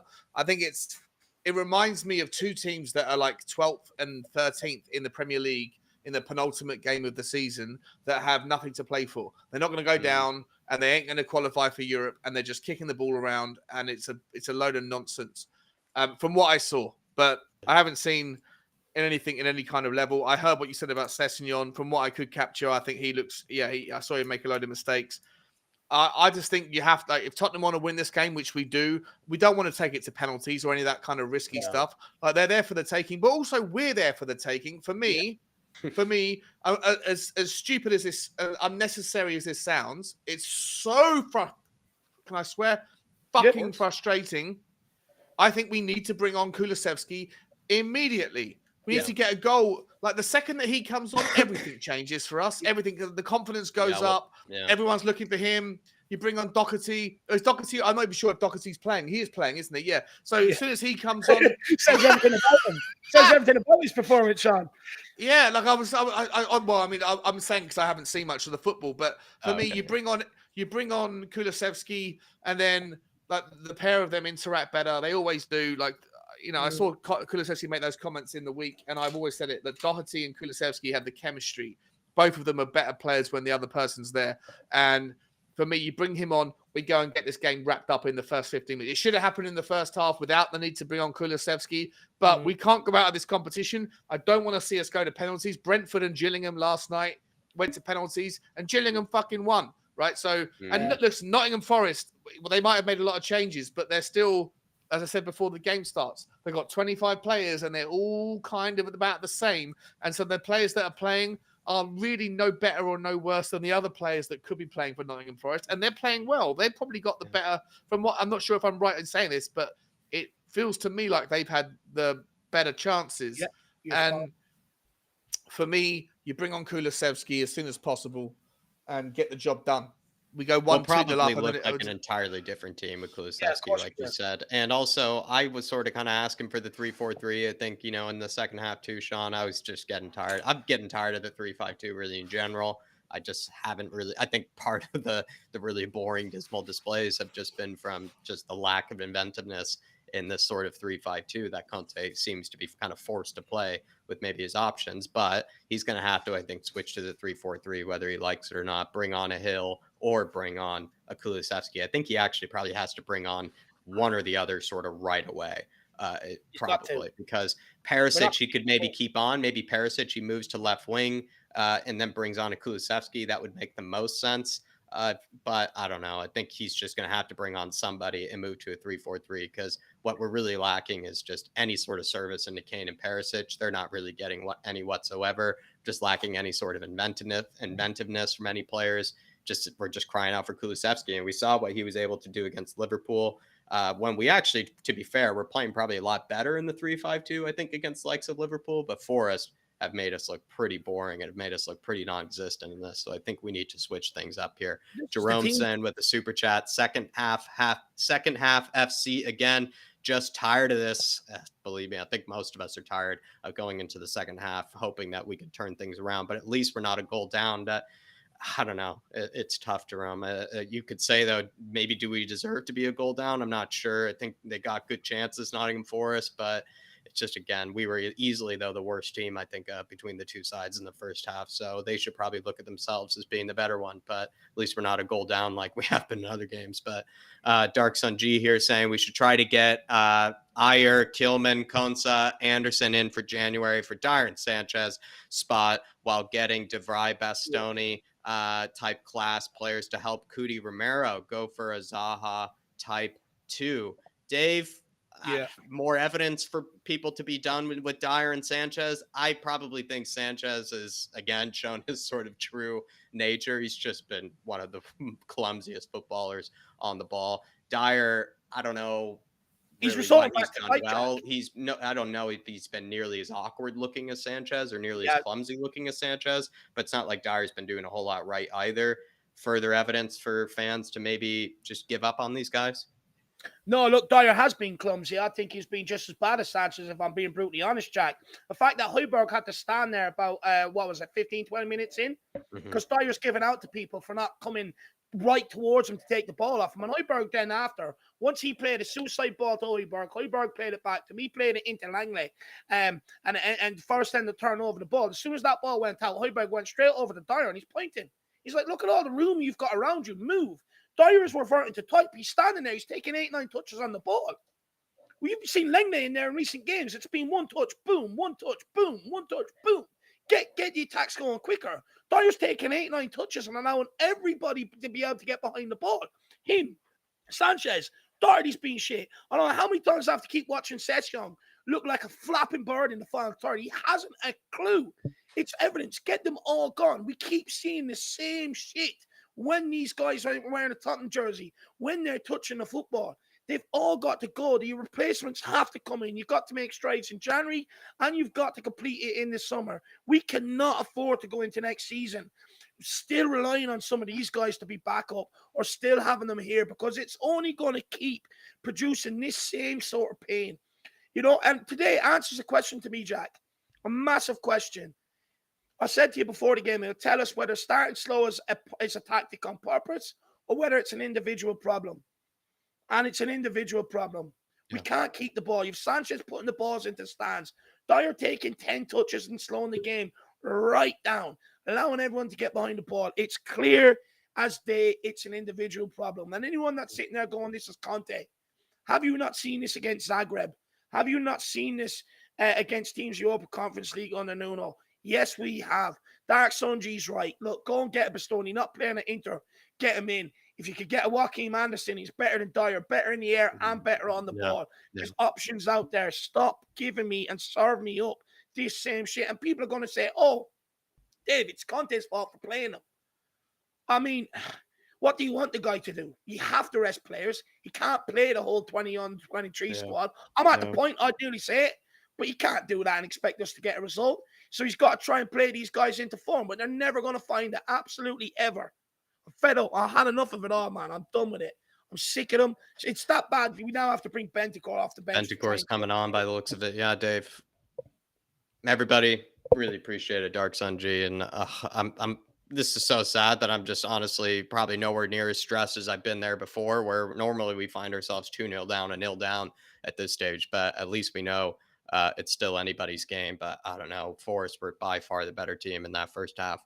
Bentancur coming on for Højbjerg. So he hasn't even put on Bentancur and Højbjerg at the same time. He's just decided to put on Bentancur for Højbjerg. Probably doesn't want to risk both, doesn't want to push them both. He's rather just stick with Basuma and stick with Skippy here. No Kulusevski or Hill. I'm seeing Hill on the bench there. Hopefully him or Kulusevski come on, because we absolutely are desperate for them. If you're Hill or Spence, though, Jack, you're sitting on the bench and you're like, really?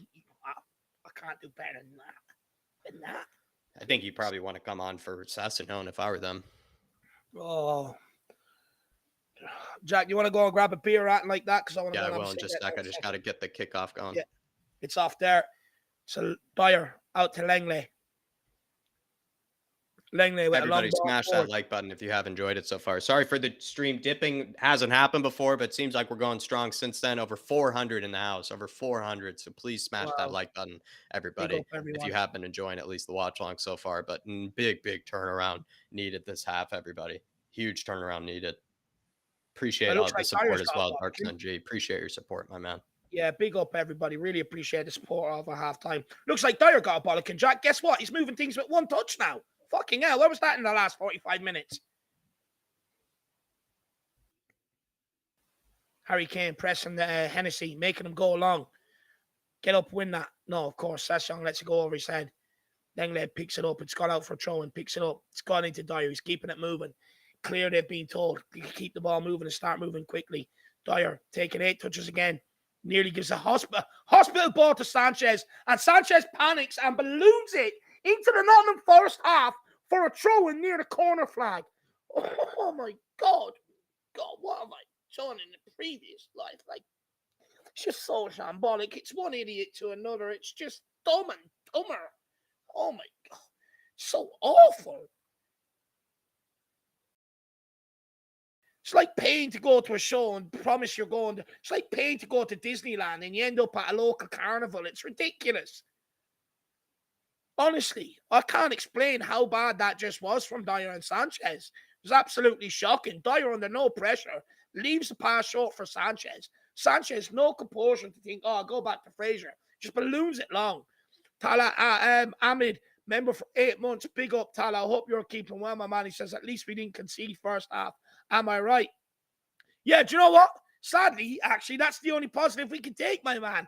Tala, we didn't concede, which is maybe a plus, but we've been just so bad. Nottingham Forest on the ball. It's played back. It's a whip ball in the box. Surridge holds it up. Doherty wins the header. Skip completes the clearance. Lingard picks it up. It's a free shot. Oh, what a save by Fraser Forrester. Jesus Christ, they're penning us back. Session Wins the free kick. Well done, kid. That's better. Oh, Jacko. No, he's not here yet.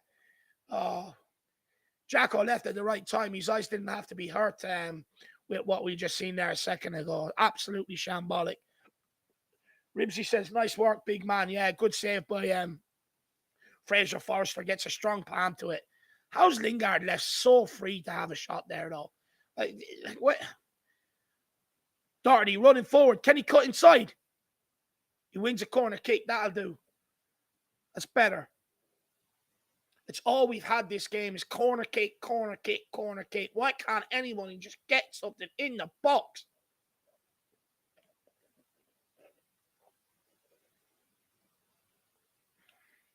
Shouldn't be a corner kick, actually. Should be a goal kick. Let's see if he's reversed his decision. Stop showing me, Doherty, please. It's just irritating me. Jack, you missed the worst bit of play you'll ever see in your lifetime, by the way. I really am glad I missed it, Dave. Doherty Right, on Dyer. L&E. Dyer, no one near him. No one near him, Jack. Passes he wins it. Sanchez short. Sanchez absolutely panics and balloons it straight back to the Forest goalkeeper. Basuma, well done. Sir! Oh my God, he must be blind, Jack. Honestly, he should be going around with a guide dog. He's blind. It's a run at Sanchez. He cuts inside way too easy. And absolutely shit defending by Sanchez. Look how lazy. Jack, look how lazy this is from Sanchez. He just throws out a leg every time. He just throws out a leg early into the second every time. He just throws out a leg. It's so lazy. This is not a guy that wants to be at Tottenham. This is not a guy that wants to be here. It's so lazy. He just throws out a leg. Oh my God, watch this. That's a free kick, first of all. I don't know how that's not a free kick. But anyway, move on. Boris, play it. It's gone into... Doherty doesn't win it. Too slow. Johnston just runs out. Look at this. Just waiting for him. He's just waiting for him. Sanchez just lets him cut inside. Look at this, Jack. Look. That's just so easy. That's just so easy. Everybody, I want to see everybody absolutely go mad at Sanchez about that. That is fucking lazy. That is absolutely lazy. Oh my God. If I'd done that, I'd be grounded. My old lad would ground me. Oh my God. I'm going to turn off the camera. I'm still here. I need a cigarette. I can't watch this clown. Fucking Jesus Christ, man. Why can't you just do something correct? Just correct for once. Idiot boy. He's an idiot. So lazy. Kulusevski needs to come on straight away. Or Hill. He's an embarrassment to this football club. He's constantly embarrassing us. Yeah, Kieran. You can say Conte picked him. I get it. But at the end of the day, you're the same person that'll be calling for rotation as well. You know, and then when he does rotate, it's well, he picked him. I'm not having this shit today. I'm not going through it. Same shit, different season. I'm not having it. You know, you can't say, Conte picked him and then be the same person asking for rotation all the time. I'm not listening to it.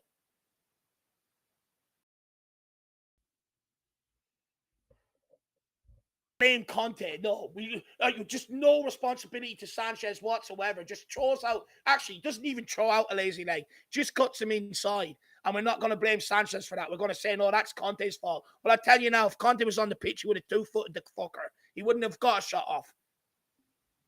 Who else can he pick? I exactly agree, Scooter. Is he just going to continue to play Davies every single game and just go with the back three every single game? It's absolutely a lot. Oh, good ball in. But this is the thing, though. You ask for rotation. He gives you rotation. And it's like, why did he pick him? Just put it on the player. It's not Conte's fault that the player is terrible. Jack, if I seen Conte play as a player, by the way, he would have upended that guy running at him. He wouldn't have done that. He would have upended him.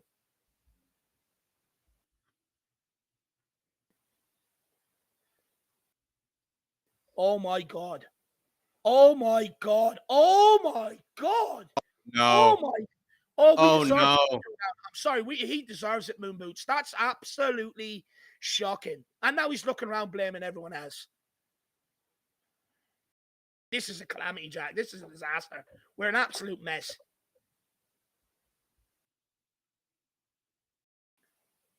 Absolute disgrace. Yeah, OO says, let's blame Emerson. Yeah, why not? You know, but do you know what? Let's blame someone else. Let's blame the physio. Basuma. Actually, Kieran, you're the same guy I had an argument with over the summer. You were saying we didn't Oh, need the Basuma. No. Just when he's Basuma, no. No. No, that's Oh, fuck! oh, what a save! God. Oh, Fraser, please, thank you. Oh my goodness, that was a second. That was easily a second. That was easily a second. What a Easily. save. That's shocking by Easily. Basuma. I'm Oh, just that's fed up with easily being a second. embarrassed and let down by these. That's I'm easily a sick of second. it. This is horrible.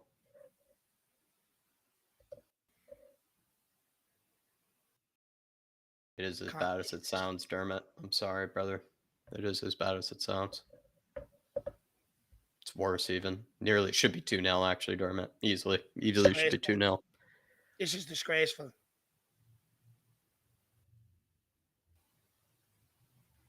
This is one of the worst performances we've actually had all season.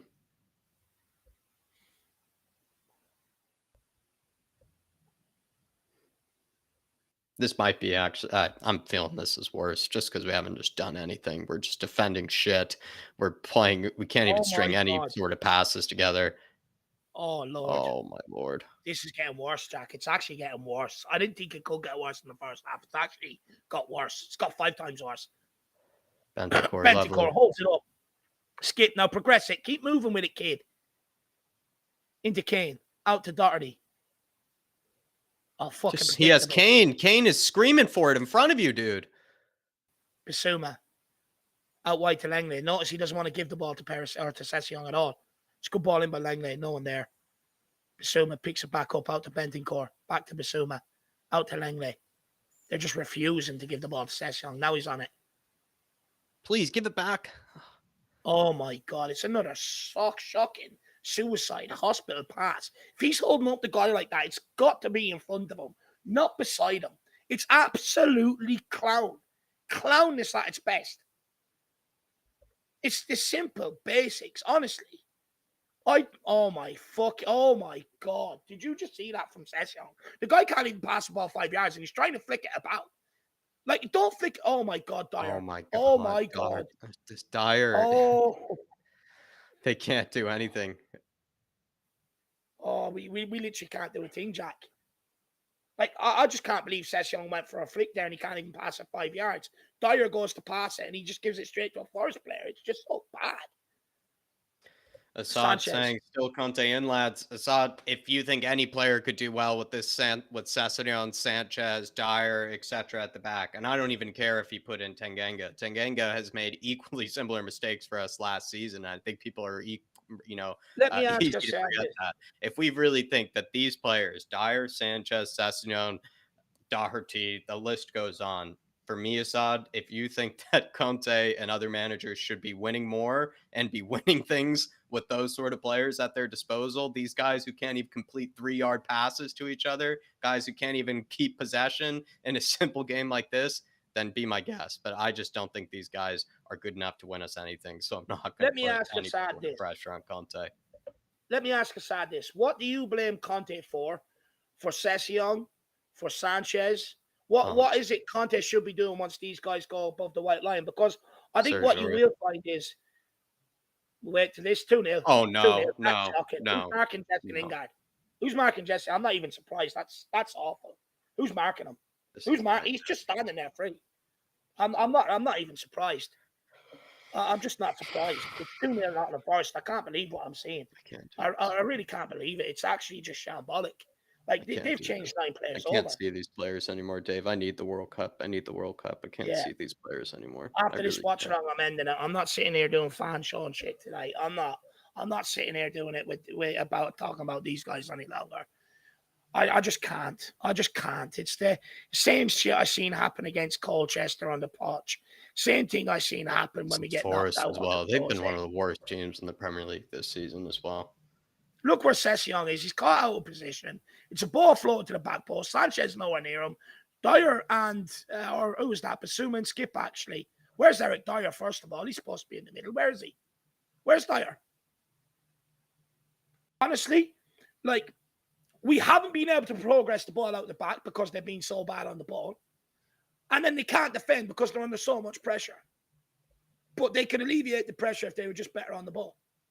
I think Sess is done. I think Sess is done. He's finished. He's I think finished. Sess is done at this Sanchez is football club. finished. And for me, Dyer's finished as well. All three of them, and Doherty, he's been useless. All four of them finished. I'm not supporting them anymore. I don't care. Anyone can say to me, you got to get behind them. Don't care. I'm done with them. Richarlison's coming on now. Tyler Gratzula saying no defending this team selection and tactics today. And Jed Spencer's getting a jersey on as well. Come on, Jedi. Let's fucking go, kid. Show this clown Doherty up. Show him up. Oh, he's told to put on a vest. I don't believe it. Perisic is coming off. Yeah, I can understand that. Tyler Gratzula, Dave, saying no defending this team selection and tactics today. What tactics? What tactics? Like, the thing is, team selection, okay. How many people said before the game they want to see rotation? You got it. You got Sanchez. You got Doherty. You know? Like, you can't sit there and go to a manager all season long, we want to see rotation. And then when he gives it to you, blame him. Why aren't we blaming the same individuals that cost us in the Conference League against shit teams, cost us in the Europa League against shit teams, has cost us in the FA Cup previous against crap teams, League Cup previous against crap teams? But yeah, let's blame the manager who has a squad of players to pick from and picks them and puts them out there. Let's blame him. You know, you telling me the instruction wasn't to go for it. Now, some people say, and again, how I know it's not the tactics, Jack, people say, oh, he usually takes the handbrake off. Tyler saying no one asked for Sanchez and Doherty, Dave. Okay, fair enough. Doherty, everybody asked for, Tyler. Everybody asked for Doherty. Everybody asked for Doherty, even when everybody asked for Doherty. Everybody asked for Doherty. Everybody. But with Sanchez, that means we find ourselves in the position where Sanchez, like we said before, has become completely useless to Tottenham Hotspur.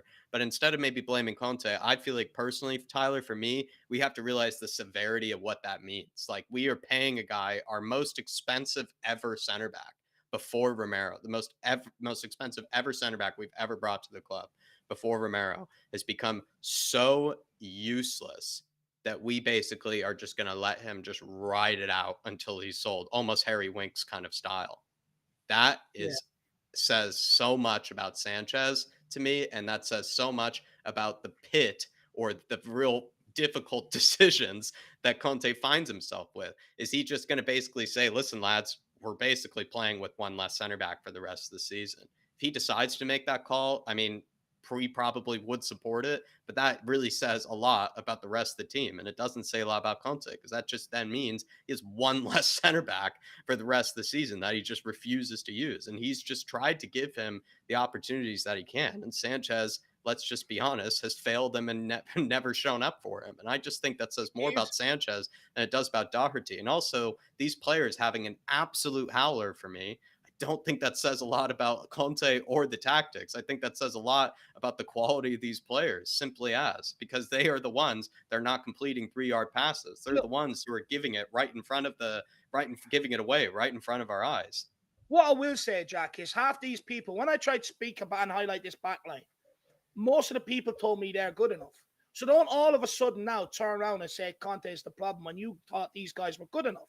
I tried telling people this shit was going to happen. Yeah, I predicted it. I told people this is going to happen.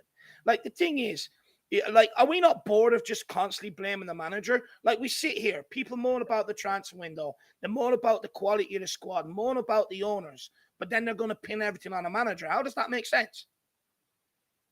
I'm also tired of blaming the manager. How does it make sense, though?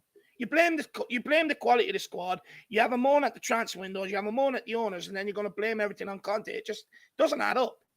Neil Shafton saying, "I'm sorry, Jack, but Conte." He's saying, Conte. Neil Shafton saying, "I'm sorry, Jack, but Conte could have yanked the defense after the first meltdown. He waited too long." Yeah, potentially, but then it feels like we're just criticizing Conte for really fine, nitpicky sort of things, Neil. That's Like, why can't we just criticize the players for having 2 meltdowns instead? Like, why can't we just criticize them for why having do 2 we keep meltdowns? Why do backing we these have to players? criticize Conte for not taking them off sooner for having meltdowns? It just That's feels like I nitpicking. agree. That's Maybe you sorry, have a no, point I there, Neil. can't. It just feels nitpicky. It just feels No, it's nitpicky. not a point. It's not a point. It's absurd. So you're losing the game, right? And then you're going to say, well, Conte should haul them off and bring on more defenders. But in the same breath, then you'll moan that, oh, why are we bringing on defenders when we're trying to chase again? It's not. I'm sorry. I'm not having it. I'm not buying it. Jerome saying, still watching this pile of crap. I had to turn off, sick of it. Seriously cannot be bothered with this team anymore. Believe me, Jerome, I don't think anybody wants to be I can't bothered wait with for this this team World Cup to anymore. come. I don't even think people are bothered with this team in today. I think they just decide to tune in towards the end, and then they've just seen an absolute calamity happen. The referee is haven't given a shit there, especially with Richie being pulled down. Oh my God, Sanchez just gotten beaten again. See, again, everybody, please. This man hasn't made one tackle. But we say it's Conte's tactics, right? We say, oh, well, he usually lets off the handbrake in the second half. Then why haven't we let off the handbrake in the second half? Sir!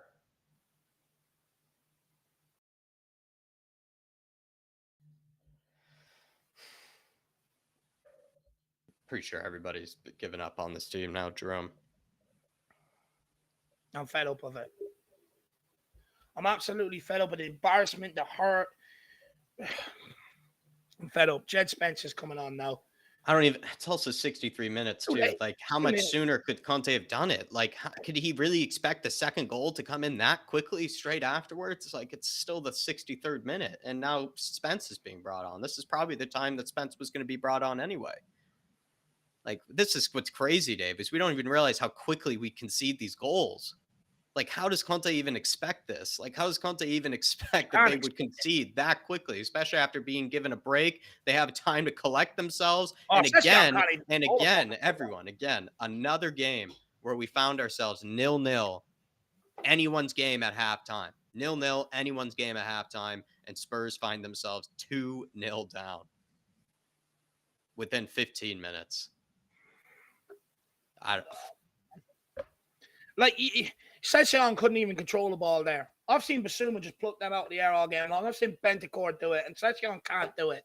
But yeah, we're going to blame the manager. We're going to blame the manager on guys that were here before the manager. It's crazy. It's fucking crazy. I've seen the same shit under Jose Mourinho. Everyone's like, getting gone. Someone else would come in and do better. We ended up with Nuno. The same people then were crying under Nuno. You know, we ended up with Mason. And then we eventually, or we end up with Mason, then Nuno, then we end up bringing in Conte. And now we're going to sit here and moan about Conte instead of moaning about Sanchez, Dyer, Doherty, Sessegnon. How many times have we seen this from them? These are guys that sit there and pretend they want to be here. They ask for minutes, they get them, and they do this. Conte's told everybody it's going to take another 2 windows. Why do you think he said it's going to take another 2 windows? Because he needs more players in here to get rid of this crap. But no, we want to get rid of Conte and we want to start a new cycle. We want to go into a 5th regime and build a squad that resembles 5 managers. It's fucking nonsense. And at the same time, we say we want trophies. Under Conte, you're going to have to give it time. There's also less of a chance of us getting rid of Dyer and Sanchez, etc., if we get rid of Conte. Much less of a chance of us getting rid of them right away. Blaming something. If we want to get rid of these guys, Levy has much less of a prerogative to get rid of them if Conte leaves. Let's blame the guy that's been here just over a year and 4 days, and not blame Dyer, who's been here for 8 years. Sanchez has been here 5 years. Sessegnon, who's been here 4 years. Doherty's been here 2 or 3 years. Let's not blame them. Let's blame the newest guy in the door. And you know what's going to happen? Conte will leave Tottenham. He'll go on and he'll win trophies. What are we going to say then? Because you all said Jose was washed up. Newsflash. Tottenham's still the only club he hasn't won anything with. You're only as good as the fucking players you have to work with. You watch any documentary, anything at all, anything. You listen to ex-players, this, that, and the other, and they'll all say it to you, managers and everything else. Go and listen to podcasts. Do some research. They'll all say the same thing. You can give everybody everything they need to know, all the prep and everything else during the week and building up to the game. But once you step over that white line, You rely on your players to execute it. They can't execute it. That's not your fault. That's on them. At some stage, you've got to put the responsibility on the players. Where do we put the responsibility on the players? Because we don't put it on them in training. We don't put it on them during the games or after the games. So where does the responsibility then go on the players, Jack? When? Harsha Che, look at Arsenal, FA Cup winning team, much worse. What FA Cup winning team? Maybe the one they won recently. I don't know. We're just worse than pretty much any team in the Premier League right now with the way we've been playing. Harsha. Underground Man, how many points do you reckon Sanchez has cost us in total? Too many to count. Probably too much that I can't even count that high. Let's be honest there, Underground Man. And not just this season, at least. It feels like finally everyone has somehow come into agreement about Dyer and Sanchez. It's taken a long time. Feels like we're going to take Conte down with them. Feels unfair to Conte that these guys have yet sacked another manager, basically, if you ask me. Dyer and Sanchez, they've sacked multiple managers over their time period here. El Messi. And he spent straight away. That's another ball in behind. Oh, my God. Wow, what a save, bro. This could be 4 or 5 nil if Fraser right wasn't in goals. Could be 4 or 5 nil. Tyler Gritsula, I'm not Conte out, obviously. He has a squad of clowns. And then he also said earlier, Dave, he's just saying that he would not have gone for the 3-5-2 and he would not have played Doherty or Sanchez. That's fine, but Richarlison and Kulusevski are coming back from injuries. They can't play 90 minutes. If they would be out there. We have to take that into account. No Romero out either. You've got to take all these things into account.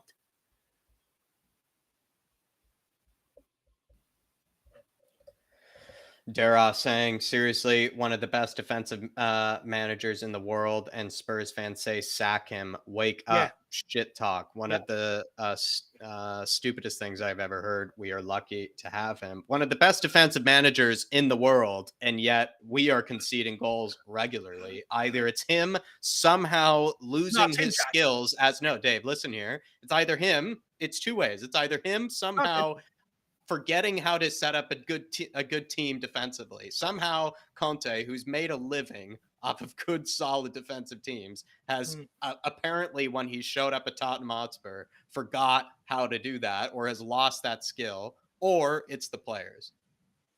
Yeah. Simply as. Yeah. It's either Conte 100%. Has somehow lost the ability to set up good, organized defensive squads, or it's the players. One or the two, and you can make up your mind from there. Completely agree, Derek. Yeah, spot on. And look, I'm not going to sit here and say Conte's got everything right, because he hasn't. But if you're in Conte's shoes, right, and you've got this squad of players to pick from, and you have to rest, oh my God, you have to rest players, right? You have to rest players. You have to rotate because of the amount of games we're playing and everything else, right?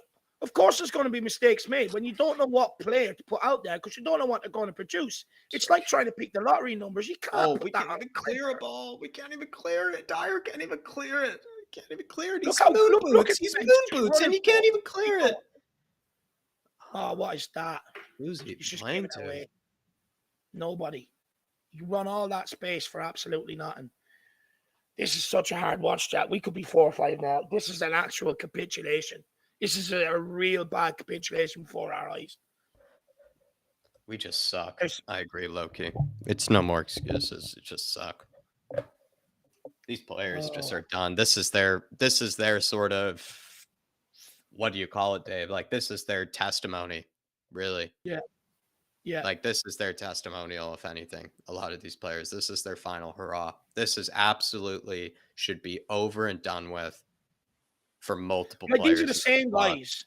There's no reason somebody should rationalize keeping Dyer around in this team. Because even if he were, I mean, let's, I just don't understand it, Dave. Like, there's no even reason to keep him around as a backup at this stage. There really isn't, because he hasn't done anything to even warrant in the last few games to be good enough to be a backup for us. He's costing us game in, game out, as much as even Sanchez has been. They're in behind again here. Oh, This wow, is a Dyer. nightmare. Just make a This is a challenge, nut- Dyer. Why Instead, why are you just letting him into your house? Why you letting him run all the way to the box? He's literally letting him run from Just make a halfway to our challenge. box. Just step. Just put your Halfway foot to our out. box. Halfway line to our box. He's dropped off that. Oh, my God. So, Doesn't Jack, even this is the defend problem. anymore. You know, He's under lost Jose all Mourinho- confidence defending. That's why he needs to be gone. He just needs to get out of the shirt. He's Yeah. just lost all confidence. I've had enough. I just had enough of him. Like, the thing is, you know, I cried under Jose. He's too mean. He's this, that, and the other. Under Nuno, he doesn't teach fitness. They get both under Conte. Someone who tells him he could be the best in the world, he gets fit and he's still as shit. It's He amazing. looked for all the excuses. Oh, Kulu nearly got in the end over start with Richarlison. Amazing. Even Conte's Too even late, gotten too late. good Anyway, we ain't performances coming out of back these here. bucket heads.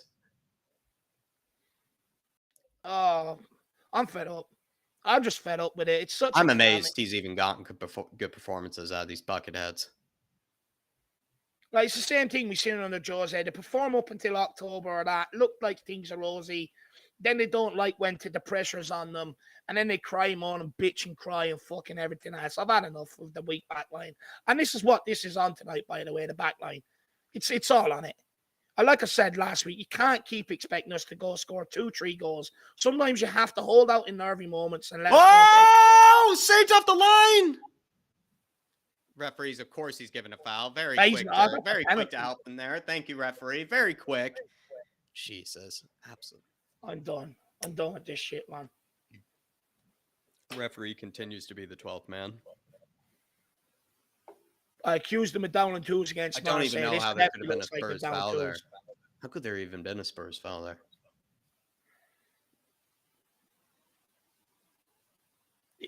I think it's an offside, is it? Or high boot from Sanchez. Wasn't even that high, though. And then Richarlison's just cleaned out. That's a peno. That's a peno. I'm not even going to sit here and blame the referee today, though. I mean, no reason. No, absolutely no reason to. They've been bullied. They've just run at us. They've split our defense open time and time and time again. And I know some people are going to say the midfield, the forward players, this, that, and the other. But how many times have I spoke about, Jack, that sometimes you have to hold out in nervy moments so you can go and nick the game. You know, if you're not playing well, we're not capable of doing it. We're asking them to go and score 2-3 goals we go into every game knowing we have to score 3 goals to try and win a game. It's not sustainable. It's not good enough. Can't keep continuing. This guy's just running around two of them. Look at this. It's a joke.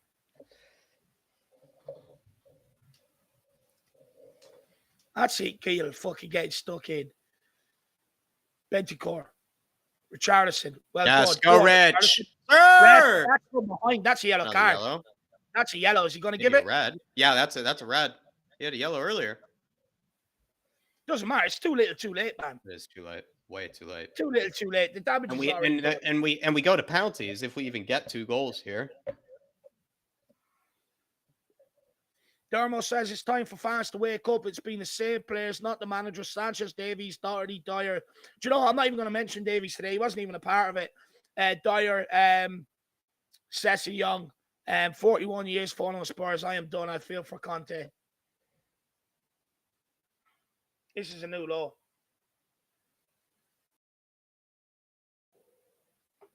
This is just a new law. This is just absolutely shambolic. I just want to end. I just want to go to bed. I just can't take this any longer with Tottenham. I really can't. It's just not good for me.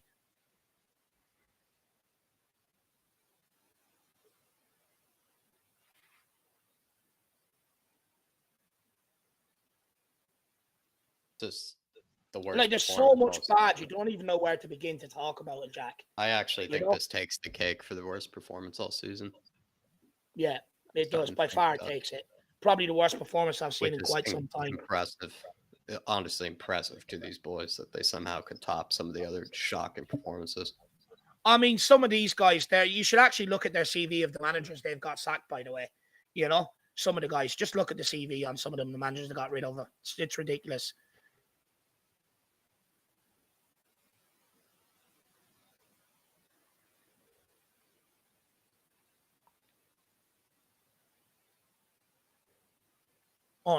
Now Dyer seems to have a bit of urgency. 75 minutes in.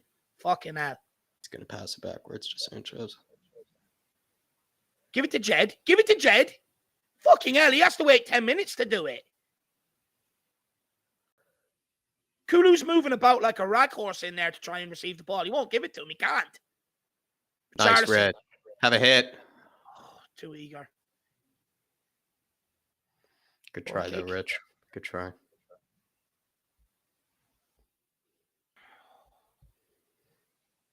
You're right, though, Dave, about how slow he was, though. Just in those moments just showed that anybody else. Like, he's got Spence to the right of him. Just move it. Why does he have to take 10 minutes? He's got Kulusevski moving back and forth inside. He's standing there looking at him. And what he does, he gives it Bentancur, knowing he has to give it back to him. It's just crazy, man. The fact that Not also, only Dave, that- apparently the Gooners are 3-1 down right now. Like, we could be also knocking them out. Like, we could be progress. This is an easier game for us than the Brighton was for them. Yeah. Like, the thing is, we should be This should have been a progressing. Like, piece of this is cake a for trophy us. we This should be really looking should have at been a getting. piece of cake for us. This is another trophy now down the Swanee that we can't go and compete for. I'm just getting pissed off. Tyler Gretsula right here, Dave. Tyler Gretsula says Arsenal down 3-1 as well as Chelsea will be out as well. Perfect opportunity for us to get a trophy, but we end up losing to Forest. Yeah. It probably is actually, if any, I don't even know at this stage, Tyler. Feels like this one actually hurts more than the Man United one, even to me. This one hurts more. This one really hurts. Yeah. This one is just. This one is where, I mean, we've given up on these players a long time ago, Tyler. I know you have as well, that you've given up on Sanchez and Moon Boots, etc. But this is actually, they've somehow surpassed expectations yet again. And how many times have we said that? Them surpassing our own expectations of their awfulness. Yeah. It really is. I don't know, Dave. Like, do you agree? This is like Ennis Muir levels from them. Really is. Yeah. Yeah. It's 100%. actually worse in some cases. I And think guess this is what? one of Moon. This is what's also They insane. played Is against Moon Ennis Boots Muir, has by the come. way. Moon Boots not only had a terrible October, he is carrying it into November. He has Yeah. no reason to be picked in that England team. Spence! Spence! Nearly with the header. Unlucky. Oh, Good ball in by Langley. See that? See, he just gets forward. I like him. Good ball in here by Langley. He's been putting in good balls all game, to be fair to him. Very central, the header. That's just a shit corner. How you're can you spot put on as that well, high? Tyler. These players just won't care as well. Most of these players, they just won't. The Moon Bootses and the Sanchez's, they've been behind these results too many times. They've been here for the Colchesters. They've been here for the Middlesbroughs. They've been here for the Anasmiras. Like, Basuma hasn't. Spence And let's hasn't. make no mistake about it, by the way, Kulusevski that hasn't. selection- Most of these, like a lot of these other guys, Hill hasn't. A lot of these, like, look at some of these other players around the pitch. They've never been here for some of these shocking results. But the people that have had more than I can count, Yeah. Moon Boots and Sanchez and Doherty as well, actually. Let's not forget. And Sessegnon have had more than I can count these sort of shocking results. Some of the worst results in my Spurs lifetime. Sessegnon, Moon Boots, Dyer, all of them. Richie! Offside. Fuck off. Oh, but you're spot on, Jack. You know, there's been too many of them. You can go back through games they've played. You pick off the amount of teams that they played against. No, but what Tyler's saying is they don't care. I know they don't care, Tyler. Is because I know they don't care because they've been a part of more results like this than I can count. So there's no way that they've taken this on the chin before. They know how to do it. They know how to just take it on the chin and forget about it. They'll just forget about it. But we won't. That's the sad thing, Tyler. We won't. But I make no mistake about it either, Jack. The selection we made today was to win this game as well. It wasn't, we don't care about the Carabao Cup. Let's see what happens. It was peak to go and win this game. Spot on, Tyler. Jerome my God.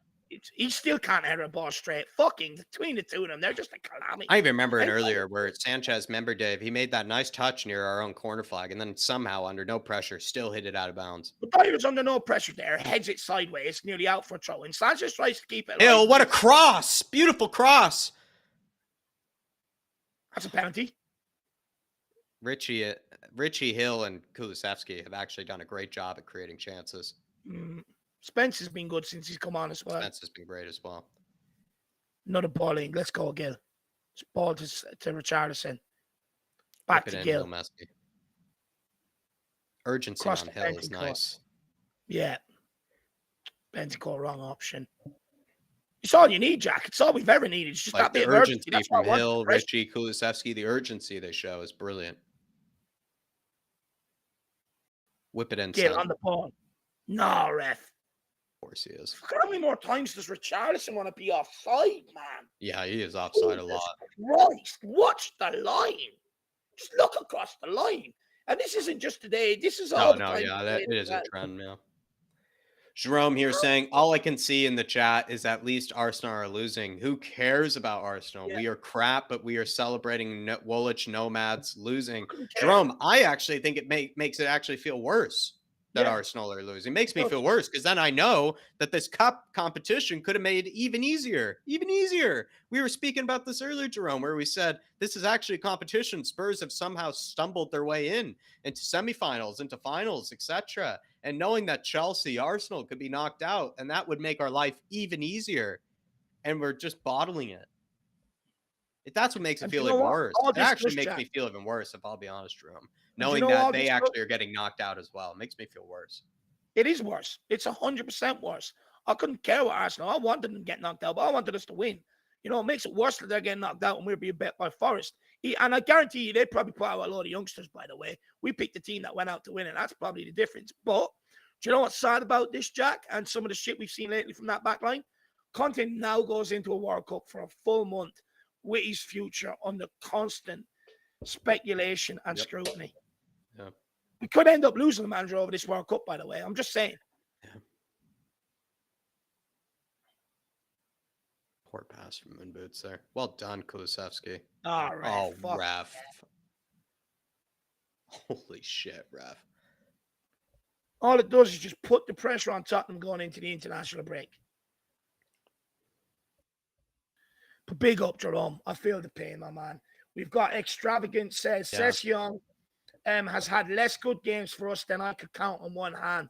Embarrassingly underconfident in attack and being average in defense. Do you know what? You actually make a great point. Big wake-up call. Well said, He's had more bad games than what he's had good games. You're absolutely spot on there, my man.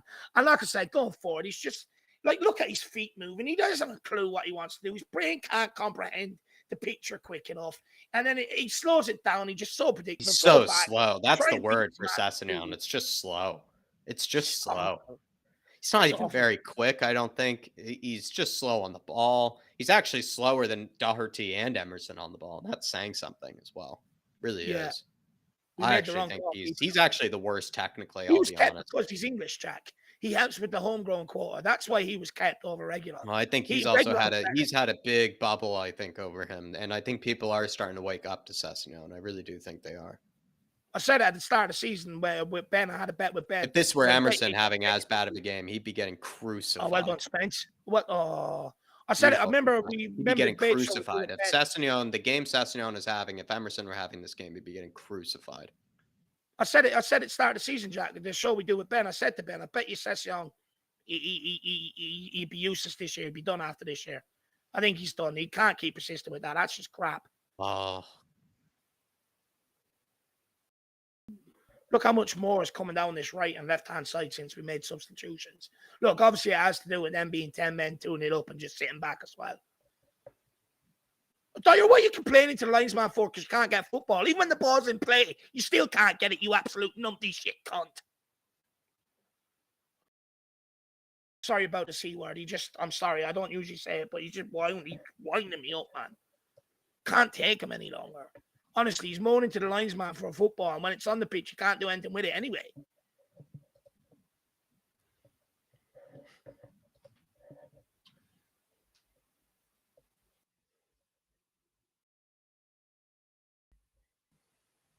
Dyer, ball into Basuma or Sanchez. Wrong person.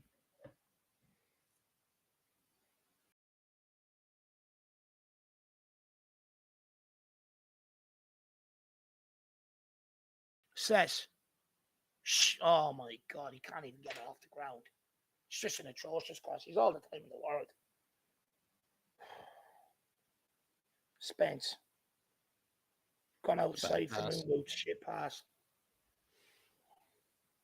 Eric Dyer. Now he has some sense of urgency. Imagine that.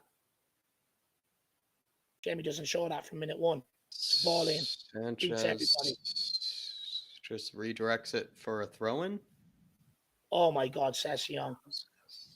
So clumsy. It's just, dude. Did Sanchez just like redirect that for a throw-in? Yeah, I think so. Oh, what is that? Who took that effort? Who hit that? That's awful.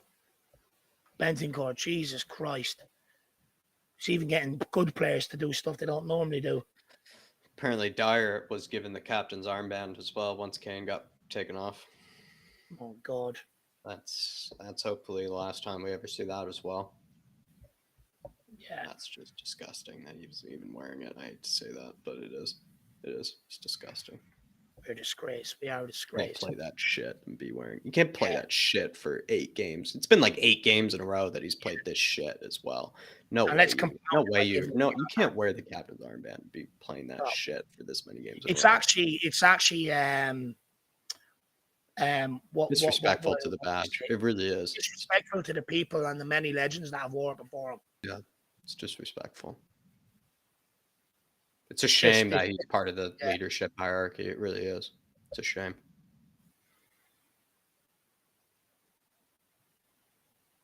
People want us to blow at me. And he ducked. He just ducked. He just ducked out the way of the football. I don't believe it. I mean, I've seen all the rookie errors from this guy today. Letting the ball bounce, ducking. Why not? That's a shit ball by Session again, by the way. Oh my God. How many times has he given away the ball today? How many more times does he want to do it as well? I feel sorry for these guys like Gill. He makes a good run in behind, and Session can't even deliver the pass.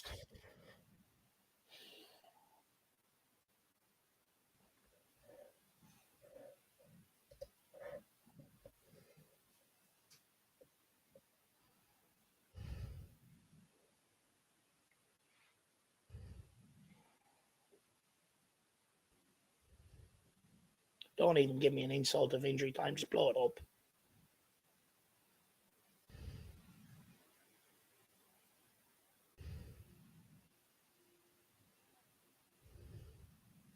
Two 0 down, and Session wants to try and let the ball go out for a fucking throw-in.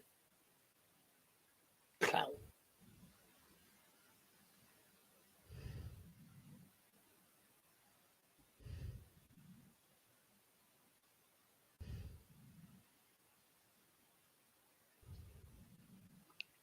Dyer, we're 2 0 down. The quickest route is from A to B, you dope.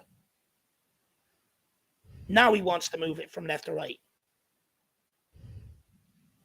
Just does everything 20 minutes behind when we need him to do things. Another souvenir from Basuma with an effort over the bar as well. Seen a few of them this game.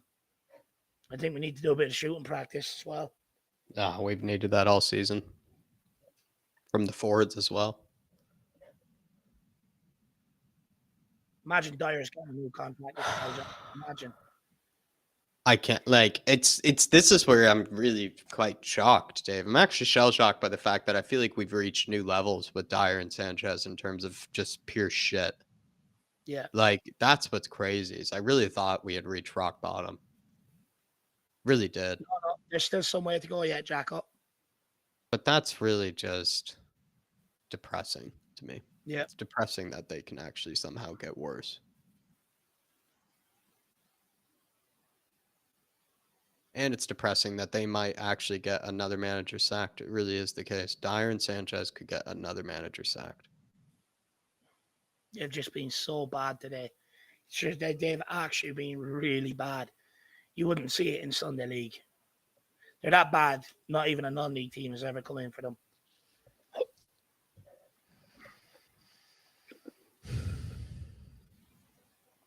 Just fed up with this shit, man. Just had enough of it.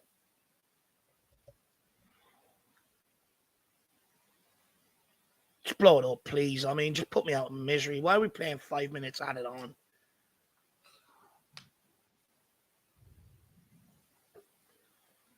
I'm just going to go and have dinner and forget about this.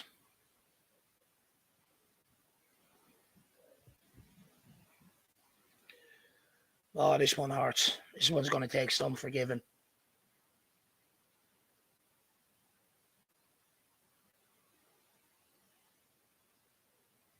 can't look at Moonhead anymore. I really can't. Not with that captain's armband on, it's hurting me. I can't It's look at just Moonhead any disgraceful. longer. I really can't. Can't be watching him just trying to fucking shithouse the ref and talk to the ref like that when he's been putting in absolute clangers for all month and a half. He's been putting in absolute clangers game after game as well. Not even a break. Can't even have one good Dyer performance. Hasn't even put in one in the last month and a half.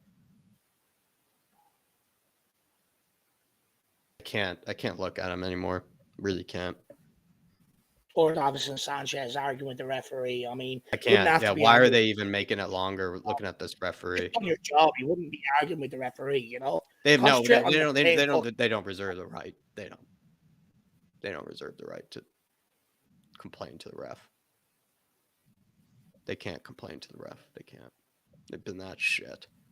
Why does camera keep focusing on Moonhead as well? And he does that. Why? It's And he just- did I just that want- as well. Fucking Moonhead. And he did that, Dave. Did Hey, you see what he goes did way there? the ball petulant as well. And he's shaking his Shows head and where the ball laughing. at. This is another thing, Dave. Now he's Ali fighting, Gold now he's brought this up. fighting. Ali Gold brought this up, Dave. Ali Gold, he's made it worse. He's even now ruined our chances at all of even scoring a goal with that sort of bit of from him. Dave, the other thing too is that Ali Gold brought up in the Newcastle game, all he did was just throw his arms up and point at everybody else after it was him that made all the mistakes in that game. He's done it yet again here in Moon Boots. He probably doesn't even think he's done a thing wrong today. No, that's the sad thing. He'll come off thinking he still should get picked for the World Cup. The fact that Sanchez youngsters hasn't made one fucking tackle. The fact that youngsters like Sanchez has Gil- lost actually the ability to literally make a tackle on anything. He can't make a tackle on, an object that isn't even moving. He'd miss Jack, he it. wouldn't tackle his missus if she was naked in front of the bedroom. It's ridiculous. He's just swung and missed at every single tackle he's made. He's over atrocious. the last month, he's swung and tackled everything. He's just a disgrace. He's Poundland. That's what he is. He's just Poundland. And Dyer and Sanchez have also allowed Forrest to spend 7 minutes over this free kick. Yeah. Look at Gil. See that? That's how you do it. Fucking not hard.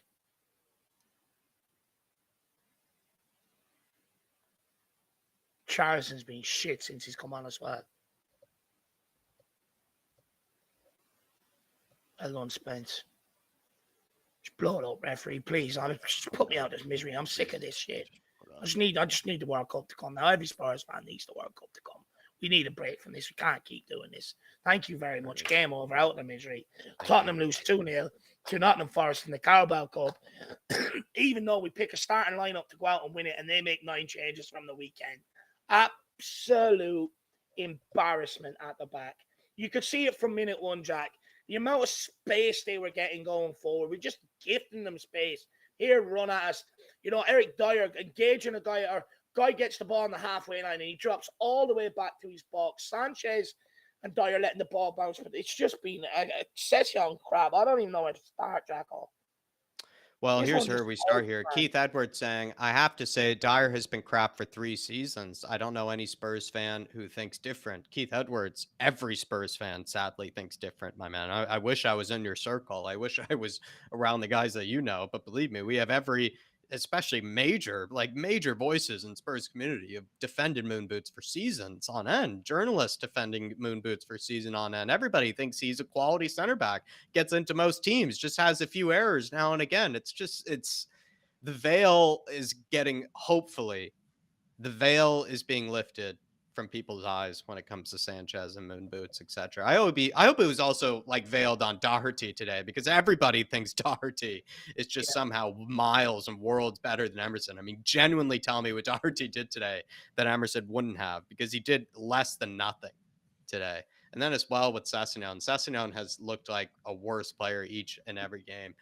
Keith, I wish I was in your circle, my man. I really do. But believe me, most people did not feel that way about Moon Boots. And they still probably will find a way to keep him around this season. For me, Davo, I don't know. I've said this before. Testimonial for maybe certain players. Just a game where the game where they've reached new levels. New levels of absolute shit. Genuine new levels of absolute shit. Such new levels that it is hopefully, I think, a coming out moment for every Spurs fan that has sort of maybe thought that they could turn it around or maybe think that they have a future. I'm kind of, it's not really a game anymore, Dave, or it's not really a joke anymore. It's not even really like, well, I can kind of see where you're coming from, like I usually do. I'm really criticizing myself here, Dave, kind of things that I like to do. I like to see where people come from. I like to see different opinions because ultimately that is sort of the job, is to hear different opinions. But I'm so done with Moonhead and Sanchez. I really just can't tolerate it anymore. I just can't listen to more chances for them, or, oh, Conte got this wrong with them, he needs to do this better with them. I can't listen. I really can't. I'm actually done with defending these guys. I'm done with actually hearing anybody defend these guys. I just feel like I'd have to turn off. I really would, Dave. Like this is the worst I've ever felt about Sanchez and Dyer, and I've felt horrible about them in the past. We've been here before with Mira, Dave. We've been here before together with North London derbies. We've been here before multiple times, seeing these guys be absolutely just just less. I You know don't what, know. though, Like Jack? they've broken our hearts, is what I'm trying to say multiple times. Yeah. They put our face in mud. They've buried our face in shit multiple times. This one somehow feels the worst. This one somehow feels the worst. Takes the cake. We've gone up until this game. We went 6 games conceded at halftime, going in losing at halftime. We can see goals from corner kicks at an alarming rate, and we can see goals after halftime at an alarming rate. Like what bugs me, Jack, is I could understand if these guys were in the team on merit, right? If they came in, they worked hard, and they had some good seasons, and they were going through a bad spell, fine. But they're not in this team on football and merit. They're in this team by lack of investment in a certain area across that back line. That's why they find themselves in this team. And it's not on football merit. And this is the problem. Toby and Jan went too old, whatever, right? Josie has to try and form a centre-back partnership out of Sanchez and Dyer. And the thing is, Jack, it doesn't matter whether it's a 2 or whether it's a 3. It's just as bad. It is just as bad. And this is the problem. We haven't put enough in that area, so that's why they constantly get picked by any manager. If you're a manager walking in, you've got to pick between, and this is before we sign Romero and Langley, Dyer, Sanchez, Davies, or Tanganga. But pick your poison, man. Pick your poison. Yeah, we've brought in Romero and Langley. Romero's injured. Langley done all right out there tonight. But the other two are just an absolute shambles. And this is why I don't even want them kept around as backup anymore. I've heard people say, oh, Sanchez, no, he's good to come in for the odd game. Don't care. No, not anymore. Not when we keep seeing this crap. Keep being embarrassed against teams that we should be beating. And not only that, Jack, it's a knock-on effect, right? You have everyone else that plays well around this football club, people that are picked on merit, like Højbjerg, Bentancur, Kane, Son, etc., right? They all have to feel this doom and gloom and the speculation and everything on them. The manager now goes into a World Cup, and all you're going to get, and this is gold mine for the papers, right? All the media companies, because they hate Tottenham and put the pressure on anyway. But now this is all you're going to hear over the World Cup when it comes to Tottenham. Oh, Conte this, Conte that, speculate in the future. Things coming out about the train. Oh, Conte's mean, Conte's too nice. It's all you're going to get. It's put Conte under pressure going into the World Cup. Now, the owners deserve to be under pressure regardless. They're the ones that have allowed Dyer and Sanchez and that to still stay here. So they're going to, they deserve that pressure. But not only that, then, like it's kind of like it's another trophy gone. How do we expect to win trophies when we can't get through first rounds that you should be winning? And then the last thing I will say is I feel sorry for any youngster in any of them underage teams, from under 23s all the way down, Jack, because none of them ever have been able to get minutes at this football club, because you're hoping to put guys out there to do a job, right? And they can't do it. What should really be happening in these cup games is you should be able to play Sanchez, should be able to play Skip and a Basuma in there as a midfield partnership. And you should be able to dot some youngsters in around them and give them minutes. And they should be the guys They should do their job. Be the spine and help carry us through and do the job. But what's happening is you're playing guys like Højbjerg, Kane, Perisic, stuff like that. Because Sanchez and Dyer, and they're acting like the young kids. Like if this was young kids coming in making these mistakes and say, okay, he's getting used to the game, he's learning. Fine. I barely accepted them, but these are seasoned professionals. We can't play any youngsters, can't put any youngsters through. Papa Sarr can't get a minute. Harvey White can't get a minute. Fucking Spence can barely get a look in. Gill can barely get a look in, because in games like this, where they should be playing as well, Champions League should have got it done on the fourth or fifth game. So they could have played the last day out of Marseille. Give these guys the experience so that when there is a chance to call upon them, they have the experience so they can come in and play. But it's not happening because these guys are just letting everyone down. They're letting the fans down. They're letting the manager down. They're letting all the youngsters around the club down. It's about time they just realised, end this pain. Stop taking money from my club. Just leave. I've had enough, man. Just stop. End this pain for all of us, for them and for us. Yeah, It's got to stop. I can't keep rocking up for these games and just getting this shit, man. Neil Shafton, member for 13 months, elite member as well. Big yourself up, Neil. Appreciate all the support all this years, my man. This isn't Conte, the players. This isn't the players. Conte should have taken off the players who were struggling. It's now on Levy and Paratici, though, in order to get quality in for Conte. Sorry, Neil. I kind of feel like I wanted to try to get your message there. I'm pretty sure I understood it correctly. So he's saying basically playing a player or taking off a player who is struggling is and he brought that up earlier. That's what that he wanted. He probably thought Conte should have taken off Sanchez or Moon Boots, I think, sooner. And now it's up to Levy and Paratici with Conte to get in the quality players to replace them. But here's the thing, though, Jack. It's double jeopardy. Just quickly on that, it's double jeopardy. You're already 2-0 down, or you're already 1-0 down, for instance, right? Then the second one happened so quick. But even if you want to do it at 1-0 down, you save your substitutions and use them to get you back in the game, which means then you might you bring on more attack-minded players. Like if Conte made substitutions, defensive substitutions, which he ended up doing in the end, but if he made them at that stage, everybody would be going absolutely mad. And this is the problem. He's damned no matter what he does. The fact of the matter is, Dyer has represented England and got to a semi-final of a World Cup. Davinson Sanchez has played in Copa America. He's played in other competitions and represents Colombia. He should be good enough to play against Nottingham Forest. Come on. Dark Sun G saying, from now on, we have to go Forster, Royale, Longley, Davies, Spence, Bentancur, Højbjerg, Perisic, Hill, Kane, Kulu, and use Lucas, Sarr, White, Skip, Richie Tanganga on the bench. It's the last, like Dark Sun G, though, like, as we all know, we just never really wanted to continue to pursue with Sanchez and Moon Boots. We knew we had to, but now I'm really at the stage that I genuinely am I can't really put myself up for it anymore. I really can't convince myself, can't think that, I can maybe just wish it that, it'll be different this time around, that maybe they might just have 1 out of 5 games that might be good. I've lost all hope, Dark Synergy. It feels like we've reached whole new levels with these guys. And I'm with you. I think even today we asked the question, should we just put Emerson at right-sided center back? I really struggle to think Emerson would have played that much worse. I really do. There's no way he would be that fucking much of a shaky. Just Dave, I've lost words with Sanchez and Moonhead. I really have. No matter how much people want to slag on Emerson, I really don't think anybody could have played any worse. I really don't. No. Here's the thing, right?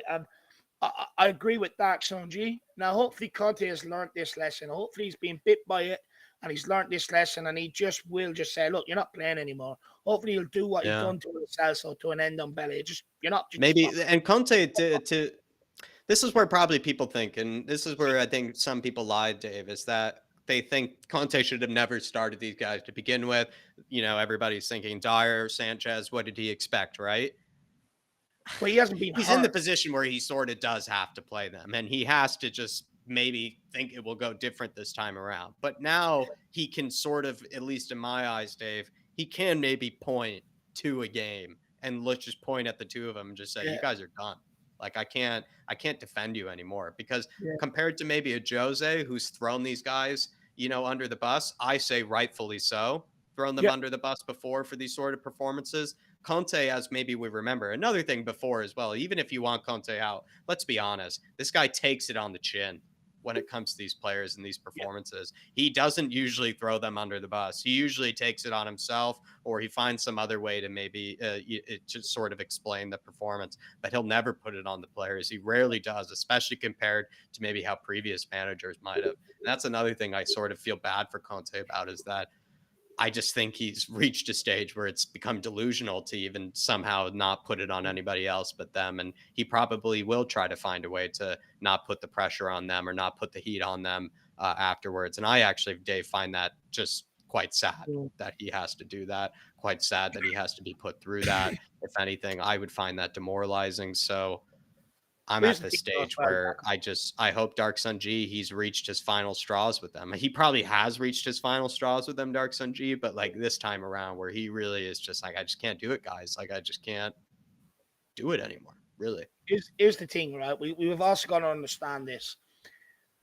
Conte is not being hurt by Dyer, Sanchez, Davies, and Session and Doherty. I'm not even going to throw Davies' name in today, actually, because he was not part of it today. But he hasn't been hurt by them the way we have. Yeah. We've got longevity of being hurt by them. Conte's we've only been been here here before. a year. And if you're Conte, when you look at it, you weigh it up. You're like, okay, 50% good, 50% bad. Let's throw him out there and see if we can get him into some sort of confidence like they showed last season.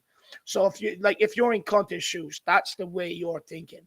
But now hopefully he's learned. It's like next time this comes about, hopefully it's like, well, okay, I gave him a go, I gave him a chance. They pissed me off, they hurt me.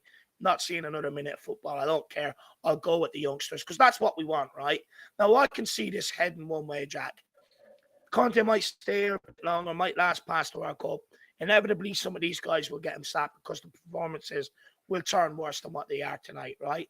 And then what we'll end up doing is we'll go through a cycle. We'll end up with some young manager in here who goes, stop everything, clear the ranks. We're going to just bring through a load of youngsters. Even if we don't have money to go and buy centre backs, I'm just going to bring through a load of youngsters. And it's just going to take so much longer to get back to where we are underneath Conte. So the quickest thing to do, fuck them out of the club, don't play them again, and get in guys that will do it. Al Ben saying, I'm blaming Conte. He is 70% defensive first and 30% attacking to start the same containing formation that he did against Liverpool, knowing we have poor defenders. Al Ben, I see what you mean by how you want him to be more attacking, but I feel like we're finding ourselves again where we've taken a manager in his prime. He's coming into Tottenham Hotspur. He's only been here barely over a year at Spurs. He's achieved a lot in getting us from a team that looked like one of probably a mid-table 14th, 10th place looking side into a Champions League caliber team. And he's also as well now taken us into the round of 16. Yeah. It feels like we're going to be taking a manager that basically came into this club in his prime and a manager that knows more about defensive football and knows more about what a good defender looks like and knows more about what an organized defense looks like than pretty much most managers out there. And if we're going to criticize him for playing the game he wants to play, and we're going to ask him to maybe do things differently, look at things differently, I've lost hope then for me, Al, because I just don't think as Spurs fans, we really have the right to tell any manager of his caliber how he should do, what he should play. Believe me though, Al, believe me, just to get it straight, certain players like Jed Spence, he's gotten it wrong. I'm not saying he's infallible. I'm not saying he's infallible at all. But when we start to feel like pin entire losses on the guy for Moonhead and Sanchez, when really, as we all know, what does he actually have to choose from? He has Tanganga or the under 23s to pick from. That's not a great position to find yourself in. I don't think anybody would like to be in that position or think that that would be easy. I feel like, again, we're criticizing a manager that knows more about how to win with defensive football, even if you want to call it that. I don't think it is, but even if you want to call it that, because I've seen his teams before he came to Spurs, and it certainly wasn't this. If the way he looks now under Spurs, it's the players that have made him look this way. It's just his Inter sides, his Juventus sides, they look nothing like this. And unless somehow Antonio Conte has magically just lost all ability to be a quality manager at Spurs, or he's just been poisoned. I simply believe that he's just been poisoned by these performances. But we find ourselves here sitting again, complaining about the formation. But it was only about 2 months ago people were complaining about the 3-4-3, calling for the 3-5-2. People said, no, this formation, it's going to look so much better. We can do this, we can do that. And the reality is, we've tried it, we've done it, and it's not working. And I was sitting there complaining about the formation again. How many more different formations do we have to play? These guys at the back line played a 4 under Jose Mourinho. Dog shit from October onwards. Played a 4 under Nuno. First 3 games, 3 clean sheets. Dog shit after. under Conte. They're now playing in a tree across the back.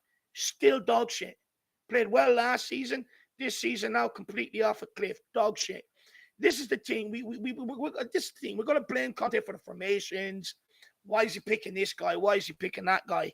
But you can guarantee somewhere along the line since he's been here, people have questioned the different formation and have called for the one he's played today. People have questioned his team selections and have called for players that played today. It's the same under Jose Mourinho. It's like no matter what they try, it's not working. So then it comes to a point. You've got two things. It's either the players and they're just not good enough mentally, or the players are giving up on the manager. What one is it? That's what I ask. Let me know, Alban. Get back to me. Let me know. Leighton Evelyn, he has another super chat in there, Alban, and I think it's somewhat on a similar topic. Big up, my man. Leighton Evelyn saying we are not winning anything or getting top 4 with these players. Wake up. Stop being delusional. We are a laughing stock to all other fans. Deluded. Look.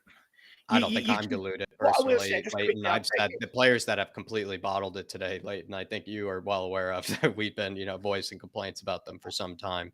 But I think it is a huge wake-up call for most Spurs fans, really, when it comes to their assessment of these players. It's a huge wake-up call. Yeah, what I don't like is the top 4 bit. I mean, you can sit here and say it's delusional to say we're going to get top 4. I mean, did you check the league table, Leighton? Where are we? Fourth.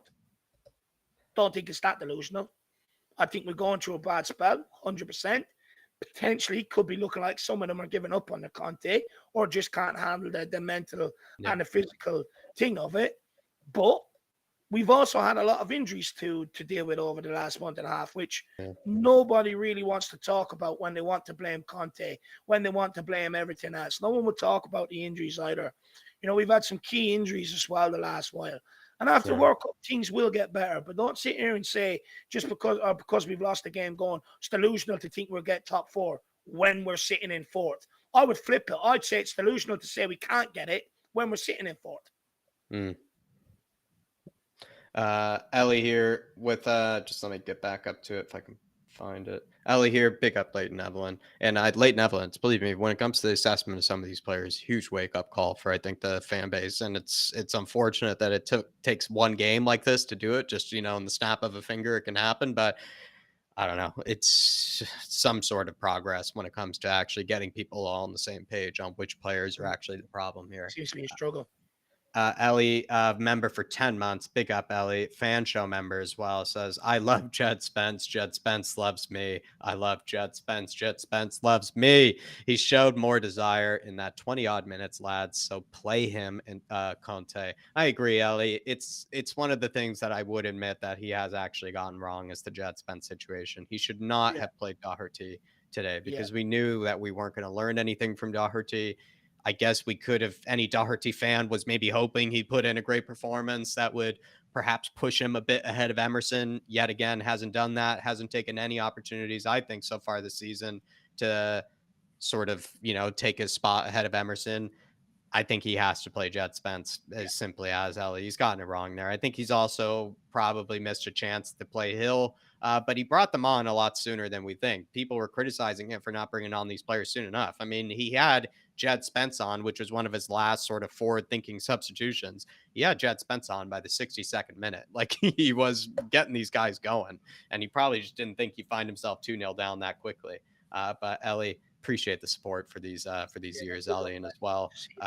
Believe me, I will absolutely admit that Conte is not infallible, especially when it comes to that Jed Spence situation. I think is probably the one where I wish he maybe looked at it a bit differently. That's for sure. Kulu Sexy Football. Levy's asking price means players don't move on. It is the explanation actually for why it is so hard to move on these players, simply because the evaluation of them, the evaluations that we have of them are just way overpriced. Even as fans, though, it's not even Levy. Like, even as fans, like, we have overvalued these players. We thought that Harry Winks would go to any Premier League club. He hasn't played a single minute for Sampdoria. Of all sides in the world, like Sampdoria hasn't played a single minute. And we all were saying that he was going to go to a Premier League side, no problem, or a championship, no problem. And we were laughed at on this channel for saying that he wasn't going to get into another Premier League team. And look where we find ourselves now. We have to take an assessment at the quality of these players we really have. We don't realize how truly shit they are. Take the sentimentality out of it. Take away that one game that they played well And I'm in. not saying the players that have just got here either. The players that have been here a while, like the players. Sorry, Dave, but continue. No, Just, go on. no, I just mean like with people then maybe throw players that have been brought under by Paratici, etc. Like I just don't like to throw those guys in under that bus because Paratici, the majority of the signings he's brought in have not put in these sort of performances week in, week out that we've seen from Dyer Sanchez, Doherty Davies, etc. over the years. And it just, that's where I find myself, Dave, is that the players that we really need to sort of look at our evaluations, like truly look at ourselves as fans and think how much are these players actually worth? How hard is it actually to get rid of them? Are the players that have stuck around for at least 3 years plus. The guys that have been here since Nuno, the guys that have been here at least since Jose, because they have stunk the place up. We need to realize where they come from. Completely stunk it out. Al Ben here, big up Al Ben, says if you give teams very little to worry about with your 70% defense first with just Kane, they will get confidence and chances against your poor defense. Al, I agree that the 3-5-2 is negative. I agree that the 3-5-2, especially with the players we have going forward, is not enough. But you have to look at the situation where Conte either has to play Kane, Hill, and Kulusevski, who is again only returning from injury, and even Stellini himself said in the press conference that Kulusevski probably wasn't going to start, and he said with Richarlison probably wasn't going to start. He also doesn't have Sonny. He doesn't have Lucas. Lucas wasn't even on the bench. He really actually had basically 2 players returning from injury, and Perisic and Hill. He probably could have gone Perisic, Hill, Kane as a 3-4-3. I prefer the 3-4-3, and so I'd concede to you that the 3-4-3, we look so much better going forward. We actually offer a threat more often going forward and can actually hurt other teams, it feels like, in trying to break the lines, etc. I think Conte wants to go to the 3-4-3. And again, just to cite some evidence here, he's even said himself on occasions he wants to go back to the 3-4-3. He prefers the 3-4-3. Look at the players that he has to choose from, actually. They're actually fit and healthy and available to him right now. Not a lot. And so we have to also look at, I think if he had a fully fit Kulusevski, fully fit Richarlison, and a fully fit Sonny, we would have saw a 3-4-3 today, and we would not have seen such a shell of a team. At least that's me personally. Look, it's not FIFA or Football Manager where a player comes back from injury and they're fully fit, ready to go. You know, and this is the problem with FIFA and Football Manager, where it now makes people think, oh, as soon as they're back in training, they should be fit, raring to go and ready to go and play 90 minutes. It's not the case. You know, it's just not the case. Richarlison has had 2 training sessions, not fit enough to start. Kula was out for some time. Like Jack said, Stellini said he wasn't going to play. Lucas Moore out with tendonitis. I mean, we have to realize we do have struggles up in the forward areas as well. Like we couldn't stop. It's a graveyard of injuries right now. We have to come to terms with it. We really do. Yeah, you just have to.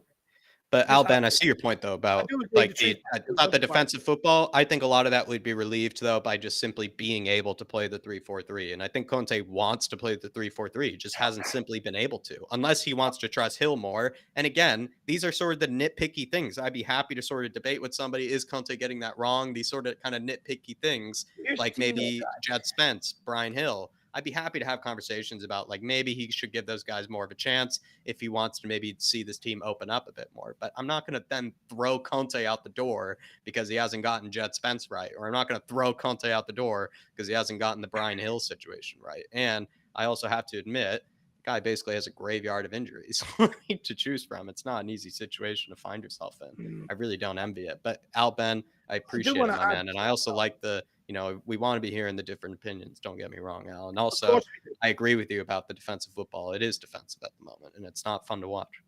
Yeah, no, of course we do. But I want to add to that. But I'm not going to sit here and say Conte isn't the defensive mind manager first. Of course he is. But then he's a successful defensive. Yeah, but why aren't we keeping clean sheets though? And the thing is, the reason why it looks so much more defensive than what Conte intends it to be, because the amount of balls we give away. Go back and watch the game. Go back and watch how many times Dyer gave it away or how slow he was on the ball in the first half, just allowing Forest to set back. So when they do sit back, we're trying to play through 11 men. It's inevitable they're going to take the ball off for some break on us. That's why they get the space they do. How many times did Sanchez put it out into the stands? Doherty give the ball away. You know what I mean? Session give the ball away. And when you're giving the ball away, you're giving it to the opposition. And naturally, when you play the game, you end up sitting back. It's just natural. Because you're trying to block up spaces and block the team from scoring, you end up sitting just deeper and deeper and deeper. Mm. And then when you do win the ball back, because everyone's so deep, it's hard then to get forward. And it all starts with the back line in possession and out of possession. For instance, Dyer, in the second half, when the Forest players picked up the ball on the halfway line, Dyer jockeyed him all the way to the edge of our box. Engage the fucker.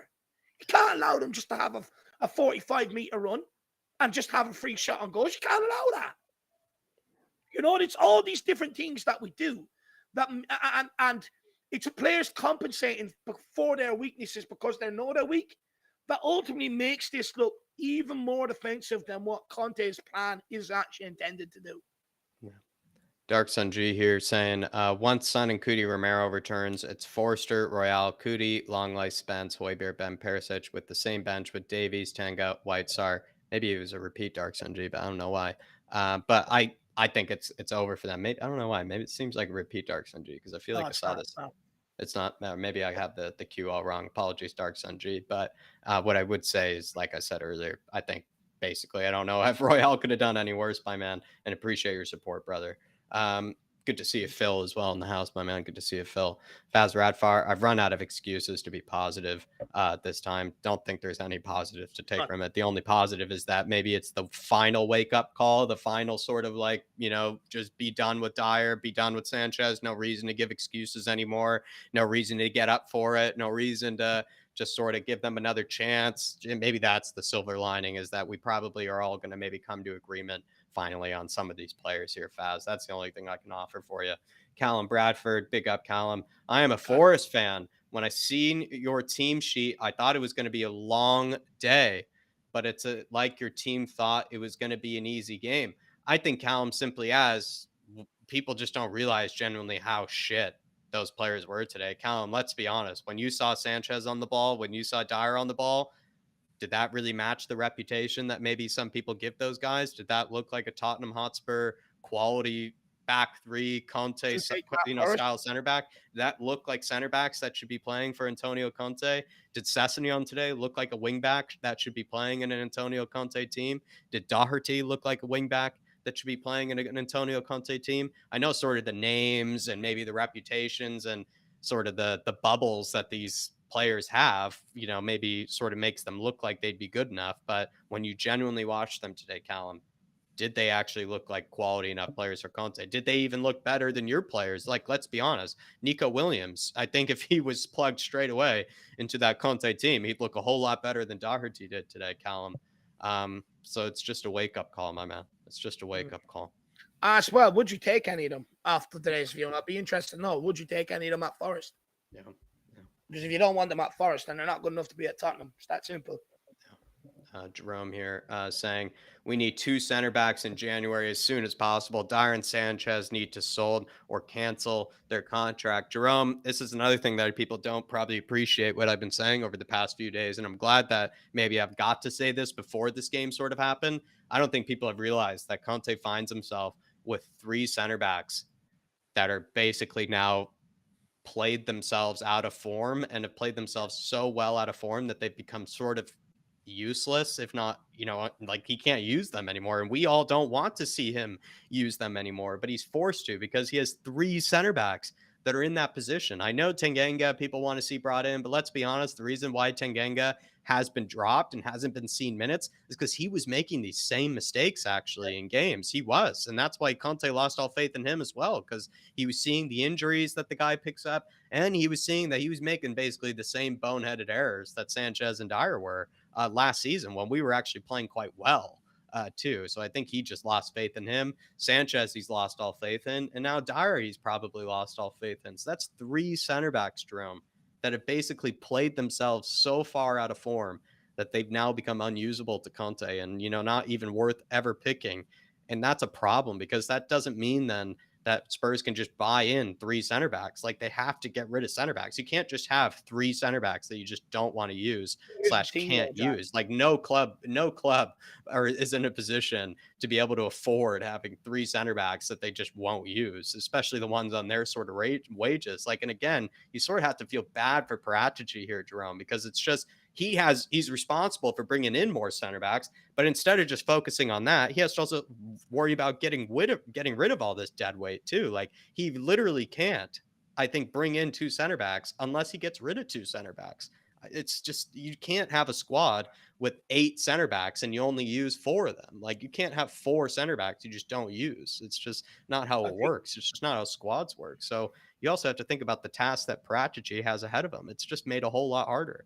I also think the owners find themselves in a situation, Jack, because this is 2 seasons on the trot, right? Actually, 3 seasons on the trot, right?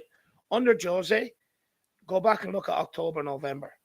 Shambolic, we were top of the league, fell off a cliff. Yeah. Under Nuno, was in October around the time he got sacked, and Yeah. Conte came in and he was struggling Or to beginning of get November. It was like November 3rd. Yeah. And then look again this month, October and November, yet again. Cycles. It's the same cycle. It's 3 different managers, same pattern, same backline. And Same this is time my period. point. You know, same time period as well. And it's just kind of like, but look, what I think the silver lining maybe to come out of this, and I do have something I want to end on, maybe a bit about where we are as a club. But what I want to say just now quickly is that I think the biggest plus to come out of this is that even if Conte goes and the next guy that walks in here, fans will not put up with Sanchez and Dyer any longer. They just won't.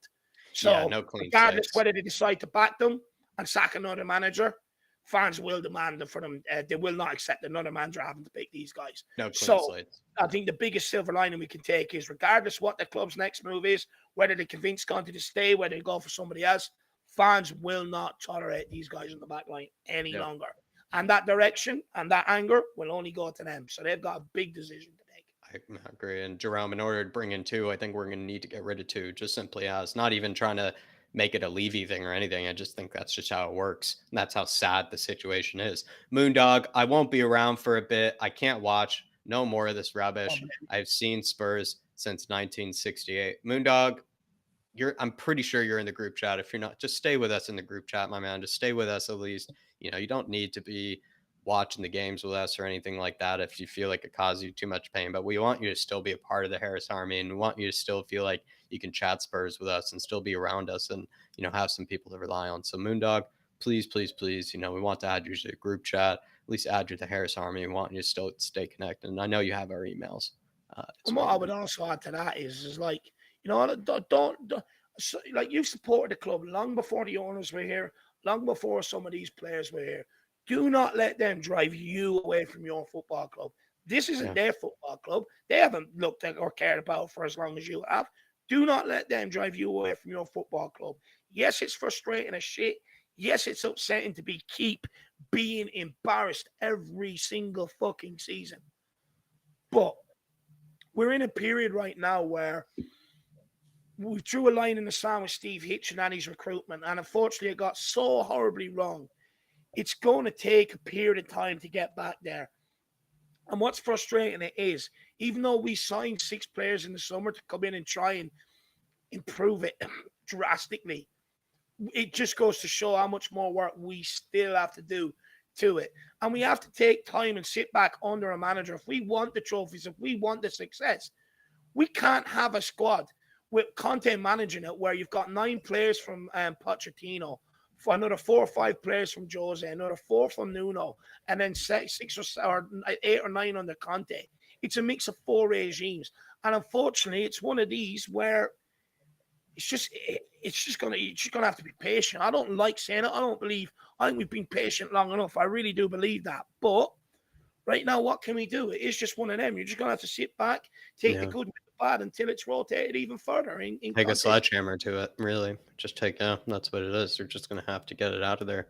But Moondog, please, my man, like, just stick with us. You don't need to be watching the games as much as you want or getting up at ridiculous hours or whatever it may be, Moondog. But please, just, you know, stay in touch with us, please. Yeah. Like, you know, stay in the community at least, my man. Stay in the community. Yeah, big one. Dark Sun G, and appreciate your support, Moondog. Dark Sun G, unlucky that Liverpool won pens. Could have made my day. Somehow the tides are turning with you in the outlet, Dark Sun G. It feels like Spurs fans can't have a whole year of being able to sort of gloat and rub it in their face. So it feels like, Dark Sun G, you've only been afforded a few months to be able to be on top of the world with your outlet. But it's once we get these players out, Dark Sun G, and once that January transfer window comes, and if we get the job done there, then you can start celebrating, my man. But it's gonna be a tough road, and we're gonna need you as well, Dark Sun G. And believe me, that the outlad, he'll find an embarrassing night. Believe me, Liverpool or do an embarrassing night. Don't you worry, my man. Don't you worry. B Sing HD can't polish a turd. Think Conte leaves in June. I find myself where Conte is showing us a lot of patience, and he's showing us a lot of restraint, because he's also not being met with a lot of patience, and he's not being met with a lot of, let's say, positivity from the fan base right now. Like, the fan base are more willing to probably throw him under the bus than they're willing to throw Moon Boots and Sanchez. They're more willing to throw Conte under the bus than they're willing to throw the players that have been here for years and years and years and have gotten previous managers sacked. And if Conte starts to feel that way, that they'd rather die on the hill of Sanchez and Dyer, I sort of find it where that would be demoralizing for me as manager. Really would be. Because I just say, did you guys not watch the game? Have you not seen what these guys have done to our performances, to our results? If you want to stick by them, welcome to, but I'm not going to. And I think that's how Conte will probably see it. Dark Sun G. Yeah. What I will say, I think we'd be lucky to get it to June, if I'm being brutally honest. Yeah. Look, I've sat here. I'd like to think I'm experienced enough after the last 3 managers to foresee what's going to happen. Under Jose, same thing, fell off a cliff. Got a couple of wins in there, kept him a bit longer, then fell off a cliff. Ended up sacking him a week before cup final when it looked like we weren't going to get top 4. Under Nuno, sacked him when it looked like we weren't going to get top 4. And unfortunately, it's the same thing. You're starting to hear the murmurs in the crowd, which happened under Jose, which happened under Nuno. Turn into boos, which has happened under Nuno, happened under Jose, happening here again. Press and media start with little things and then build it up. And us fans sit here for a while and go, no. It's just outside noise, nothing to it, But there is something to it. And this is the thing. It's starting, and it's going to get to the point where it's not going to stop. And then that's where you see we'll be lucky to get Conte to June. And what's to say Conte isn't looking here going tonight, well, I'm not letting Sanchez, Dyer, Doherty, Session do what they've done to Pochettino. Made a world-renowned coach look past it. Made Jose Mourinho a trophy-winning coach look past it. He's not going to let them suffer them the same fate. He's got Juve knocking on the door, and there's going to be other clubs knocking on the door making a change over the World Cup too. I wouldn't be sitting here comfortable over the World Cup. I really wouldn't. Yeah. Dark Sun G here saying it's no coincidence, that the legendary Marine passed away, that this happened. Sanchez, Dyer fits Brentford, Palace, Bournemouth style more than ours. Trade those defenders. I can see why Dark Sun G has asked for Ayer, Anderson, pretty much any defender under the sun, because probably at first we were like, oh, is that player really that much better than Dyer and Sanchez? You can pretty much now just label any defender in the Premier League at this moment in time, considering these guys' form is better. And I'd probably take Soyuncu, ahead of these guys at the moment. And that guy's an absolute walking nutcase, I feel like, in the back line. I'd sooner take him. I'd sooner take Vestergaard. I'd sooner take a Bentnerek. It's really reached just the bare depths of the Premier League of defenders. I'd sooner take at this moment in time. Really would. Yeah. It really has reached that stage, Dark Sun G. And the passing of the legendary Marine, it certainly had a huge toll on the squad. It's had a huge toll on Conte. Let's get it straight. I think if anybody that it's probably had the biggest effect on is Conte, because it was a guy that has been around him for basically his whole managerial career, if I'm not mistaken. Also, I think he was a part of his playing career, if I'm not mistaken, too. So he was. So if anybody's hurt by it the most, it's Conte. Does that have a ripple effect on the squad? Probably. It's just looking for more excuses. It's, you know, It's not an excuse that I would afford Dyer and Sanchez, and I don't think no, Darkson G is that. It's something that I'd afford Conte. I could see why he's not yeah. in maybe the perfect mental place. Even Stellini and other people I could see maybe not in the best mental place, but it's not an excuse I'm going to give Dyer and Sanchez. In no way is Darkson G saying that. No way is he. No, no, no. I know he's not. I know he's not. But I'm just not even going to do it. Look, Conte, lifelong friend, 20 odd years, fair enough, you know. But I'm sorry, they've known Ventroni for under a year. There's no way that it's affecting them this badly that we're seeing what we're seeing. Dark Sun G, it's just a pattern. Under Jose Mourinho, fell off the league title October, November, dreadful. The same under Nuno, October, he gets sacked, dreadful as well. November, Conte struggled to get them picking up, didn't get us going until February. Same thing now. It's just a cycle with these idiots. That's all it is. They just don't like the cold weather. They think, oh, Halloween, oh, we're going to have to get in the spirit. Let's start giving some horror shows. Fed up with it. Al Ben lost hope. Will Conte feel the same after today? That's what I was speaking to earlier, Al. Like, you could see why he might, and you could see why he's probably struggling to retain it if he does have it still. And these players are probably making him lose it, because where he's probably finding himself as Al is that, is he going to continue to get blamed for these mistakes that they're making? And if he finds himself that way, where he's the recipient of majority of the pressure and not Moon Boots or Sanchez being the recipients of the pressure, if he feels like he's getting the blow, if he feels like he's getting the layback for it, I would lose that hope. Me personally, as a human being, I really would, because you're just like, you're pointing the finger at the wrong direction, buddy. And that's where I would find myself if I were in Conte's shoes. I would lose hope too, Alban. I would lose hope Jack, too. it's like walking into a mechanic's garage, right? And then going to you, okay, you know, and you're new, you're excited. You're Feels like being hired to a new business and then you being blamed for the business failing or something like that. Yeah, you but just right. got hired. Yeah. They go to you, oh, by the way, go and fix that engine. You're like, yeah, no problem. Where's all the state-of-the-art tools? And they hand you a toolbox from a guy that retired in 1960. You just lose complete enthusiasm, completely demotivated. You know it's going to be even tougher than what it needs to be. And that's what Conte's feeling. I'll actually say, we lose to Leeds on the weekend. Who knows what could happen? Yeah, I think. Jeez. Dark Sun G. The only big up, Alban, though. Appreciate your support, my man. Dark Sun G. The only usable players right now are Spence, Royale, Kane, Davies, Skip, Forrester, Sun, Kulu, Kane, Richie, Basuma, Hoiberg, Ben, Bentoncourt, Perisic, Hill, Longley, White, Sar. That's it, in my opinion. We're threadbare again. Dark Sun G. We find it that so many players have played themselves out of form. And again, what's actually funny to me, Dark Sun G, is that we find ourselves again where these players have been given opportunities. They've been given opportunities. Dyer's been given a lot of opportunities to become the esteemed center back that some people thought he is. Sanchez has been given a lot of opportunities this season to sort of be that clean sheet monster that people thought he is. Doherty has been given exceptional chances this season to prove that he is so much better than Emerson Royale. Sessegnon has had multiple chances this season to prove that he is that English up-and-coming left wing back that people will be talking about in years to come. They're just not hitting it. They really aren't. They're just not meeting those expectations that Spurs fans have put out for them. And let's be honest, we ourselves have probably, at least I'm guilty of it with Sessegnon. I really am. I believe that Sessegnon had that talent. I believe that he had that hype. I'm losing it, Dark Sun G, and I'm starting to find this position where we just have to look at the players that have been here, I think 3+ years, the players that have been here since the Jose days, the players that have been here since the Poch days, and they just have to go.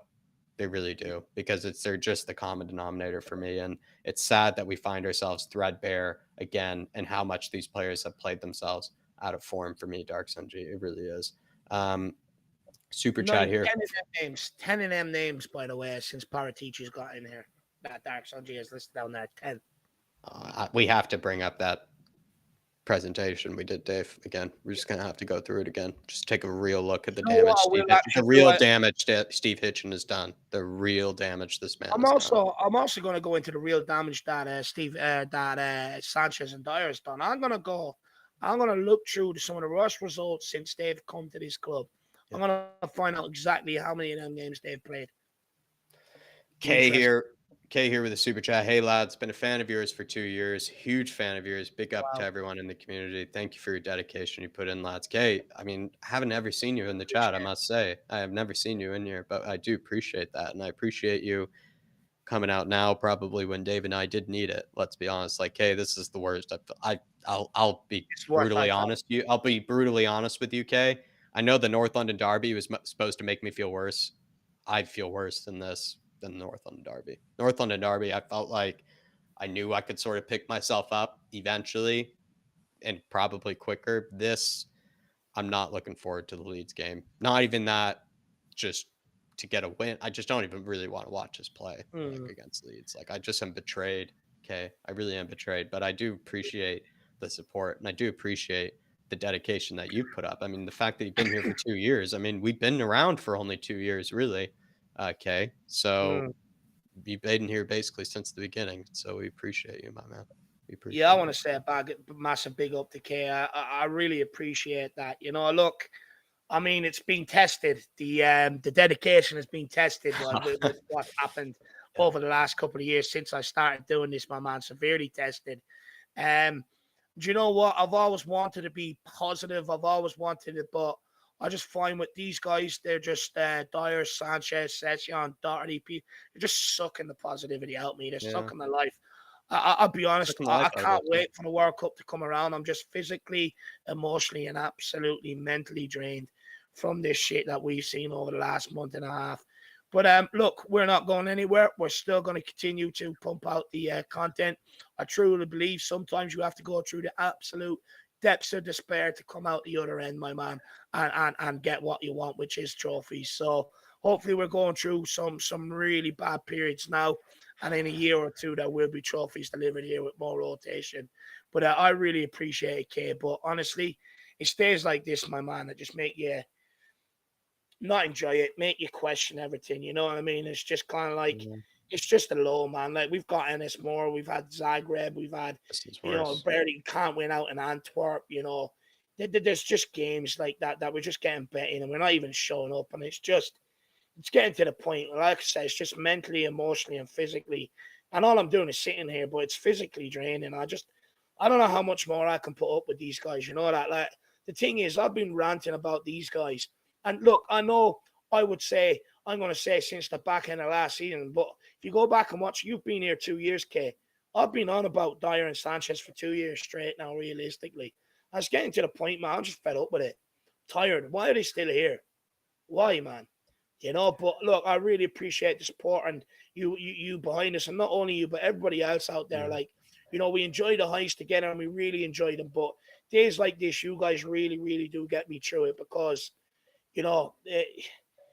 it's just dark, man. It's It's just dark. dark. You Yeah, guys Dave. put me through it, That's the so right thank you, word. everybody. It is dark. Let's be honest. It is. And what's horrible is that when you have to even say it's worse than Zagreb, it's worse than North London Derby, you shouldn't be saying that as a Spurs fans. We just don't deserve to even say that out loud. Like the North London Derby defeat should be enough in the season. That should be the worst. That should be the lowest point in the season. It really should be. And it's find ourselves where it's almost a piece of cake in comparison to take that. Yeah. Dark Sun G here saying Sanchez Dyer epic fails today. Liverpool Pachos de Ferreira. So he's listing there was atrocious results. So today included Liverpool most recently, Pachos de Ferreira, Everton. I remember that one. Morecambe, Blues with Chelsea. Blues in the Cup. Yeah, those were dreadful games against Chelsea last season. Vitesse, and then both West Ham matches under Jose, 3-3, and then 2-0, etc. I mean, Dark Sun G, the list goes so much longer, my man. The list goes so much longer. Like the list becomes. I think you were even there for it, Dark Sun G. We just looked at some of the performances that Winks has been, at this club under, and it was like 3 slides long, and most of those actually were games that, funny enough, Winks was in. But it's Dark Sun G. Like the list is like it's scary how long it is. Like it's frightening. Like if Oh, you there's more really there. took a list of over the last 3 years, last 4 years, basically you don't even look at Pochettino. You could include Pochettino if you really wanted to, like the Colchesters and whatnot, the world Dark Sun G. But let's just go since the days of Jose. the defeats that we've had to go through of this sort of manner, of this sort of embarrassment, of this sort of just, like Dave said, darkness, really. I mean, the Yeah. list just goes staggeringly long, like staggeringly long. It's making me lost for words, my man. I'd look for a few under under Pochettino as well there, Dax on G as well. You know, Well, I said I that's didn't even want to include that because I knew it Poch would just, it's hasn't even just, got there yet. That's how bad it is. you don't even need to include Poch, is really my point. You don't even need to. Yeah. Oliver Freeman, can I get 12 Hail Marys for me going to the Leeds game Saturday? Ollie, I need 12 Hail Marys for me right now. Ollie first, to be fair. But what I would say, Ollie, is I'm going to need you to turn around that luck charm, because it seems like last time we were able to get a result with you headed over there. Maybe the luck charm has been turned around and you maybe are actually somebody that we need over in that stadium, Ollie. But, geez. I mean, I hope you get Ollie, the win. You deserve a win more than anybody, Ollie. You really do deserve a win more than anybody, my friend. But I'm going to need you to turn around that bad luck charm and become a good luck charm, Ollie. bring the rosary beads with you, my man, please. You're going to need them, to be honest with you. But look, you know, you and the rest of the crew that are traveling over, I really sincerely hope you do have a good time. I do hope we can get the win for you. Again, sorry I can't be there for this trip. Kind of saving them up for like West Ham, AC Milan. You understand, you know, the Irish Hotspur Derby, Champions League and shit. But look, hopefully we can get the job done for you. But I think you're going to need more than 12 Hail Marys, my man. I really do. I think you're going to need the resurrection of Christ, if I'm being brutally honest. But you know what? I do want to end this off. I just want to say that it may seem right now we're in a really bad period, and it may seem very, very dark, which it is. But we got to take stock of where we were at as a club.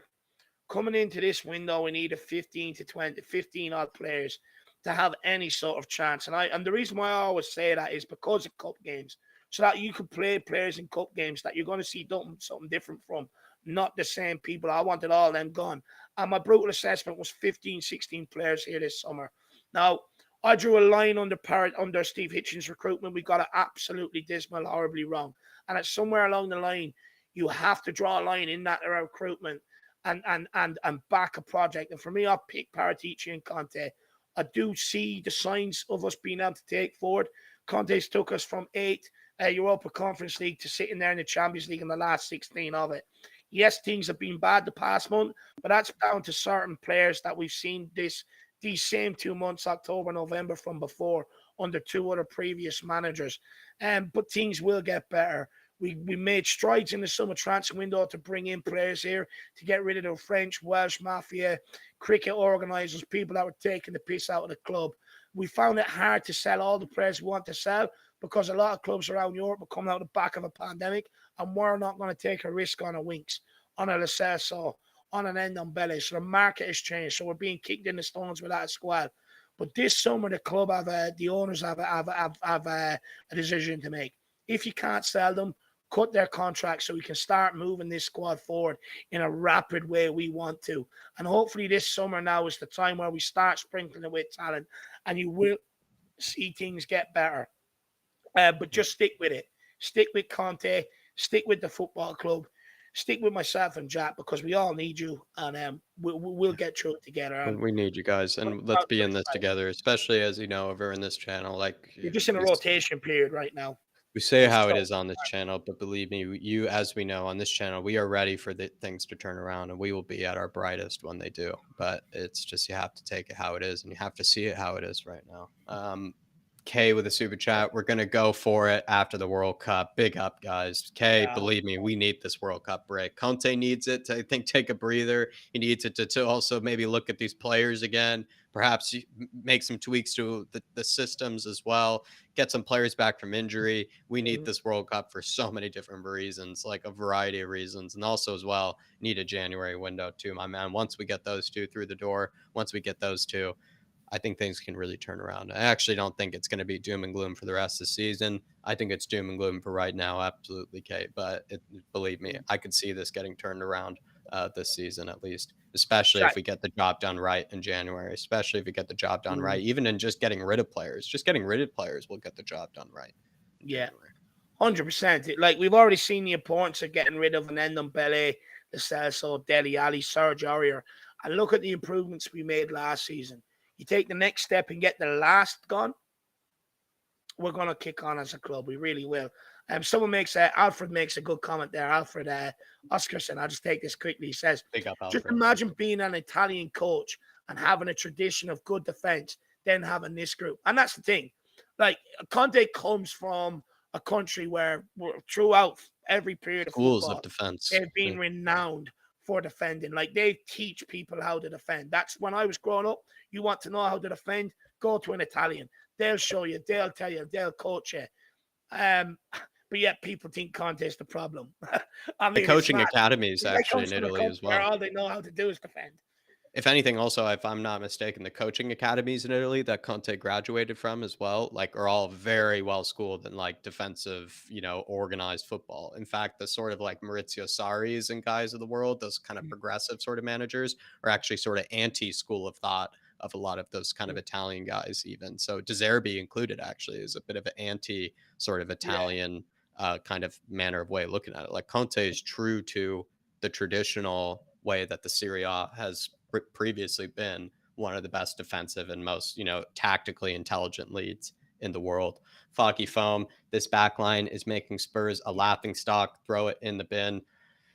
We've become a laughing stock as a fan base. It feels like becoming them, Foggy. Like, we're receiving the blow probably more than they do. That's the sad thing. Is it feels like as Spurs fans, we probably deal with these sort of blows more than the players do. And the players have been here before, Foggy, as we brought up before. They've been here for Mura. They've been here for other atrocious results. They probably might look at this as not even the worst one for them. Like, they kind of know how to take it. They know how to handle it. Whereas us as fans, like, we just have to go through it every time and somehow just find a way to push past it. I don't think we can ever pick ourselves up from it. It's just we have to push past and eventually just put it to the side. But these players, believe me, they forget about it quicker than we do. That's the sad thing. They don't remember about it as long as we do. What I will say to people just quickly, if you are Conte out or whatever, just seriously sit there and have a long, hard think about it tonight and make sure you feel like you're absolutely spot on with it. What I will say is I do think if Conte leaves this club, he's going back down to where he dragged it from. But look, Jacko, let's end it there, my man. I can't take any more of this pain or humiliation. All right, everybody. I don't think, everybody, we'll be seeing you. Twitter Reacts tomorrow. Hit that like button on your way out. Plenty of content to come. Big debate show as well tomorrow to chat about all this other stuff. But please, everybody, support us. Keep sticking by the channel. Hit that like button on your way out. We're going to keep powering through this. As always, come on, you Spurs. Come on, you Spurs. And Conte we trust. Everywhere we go.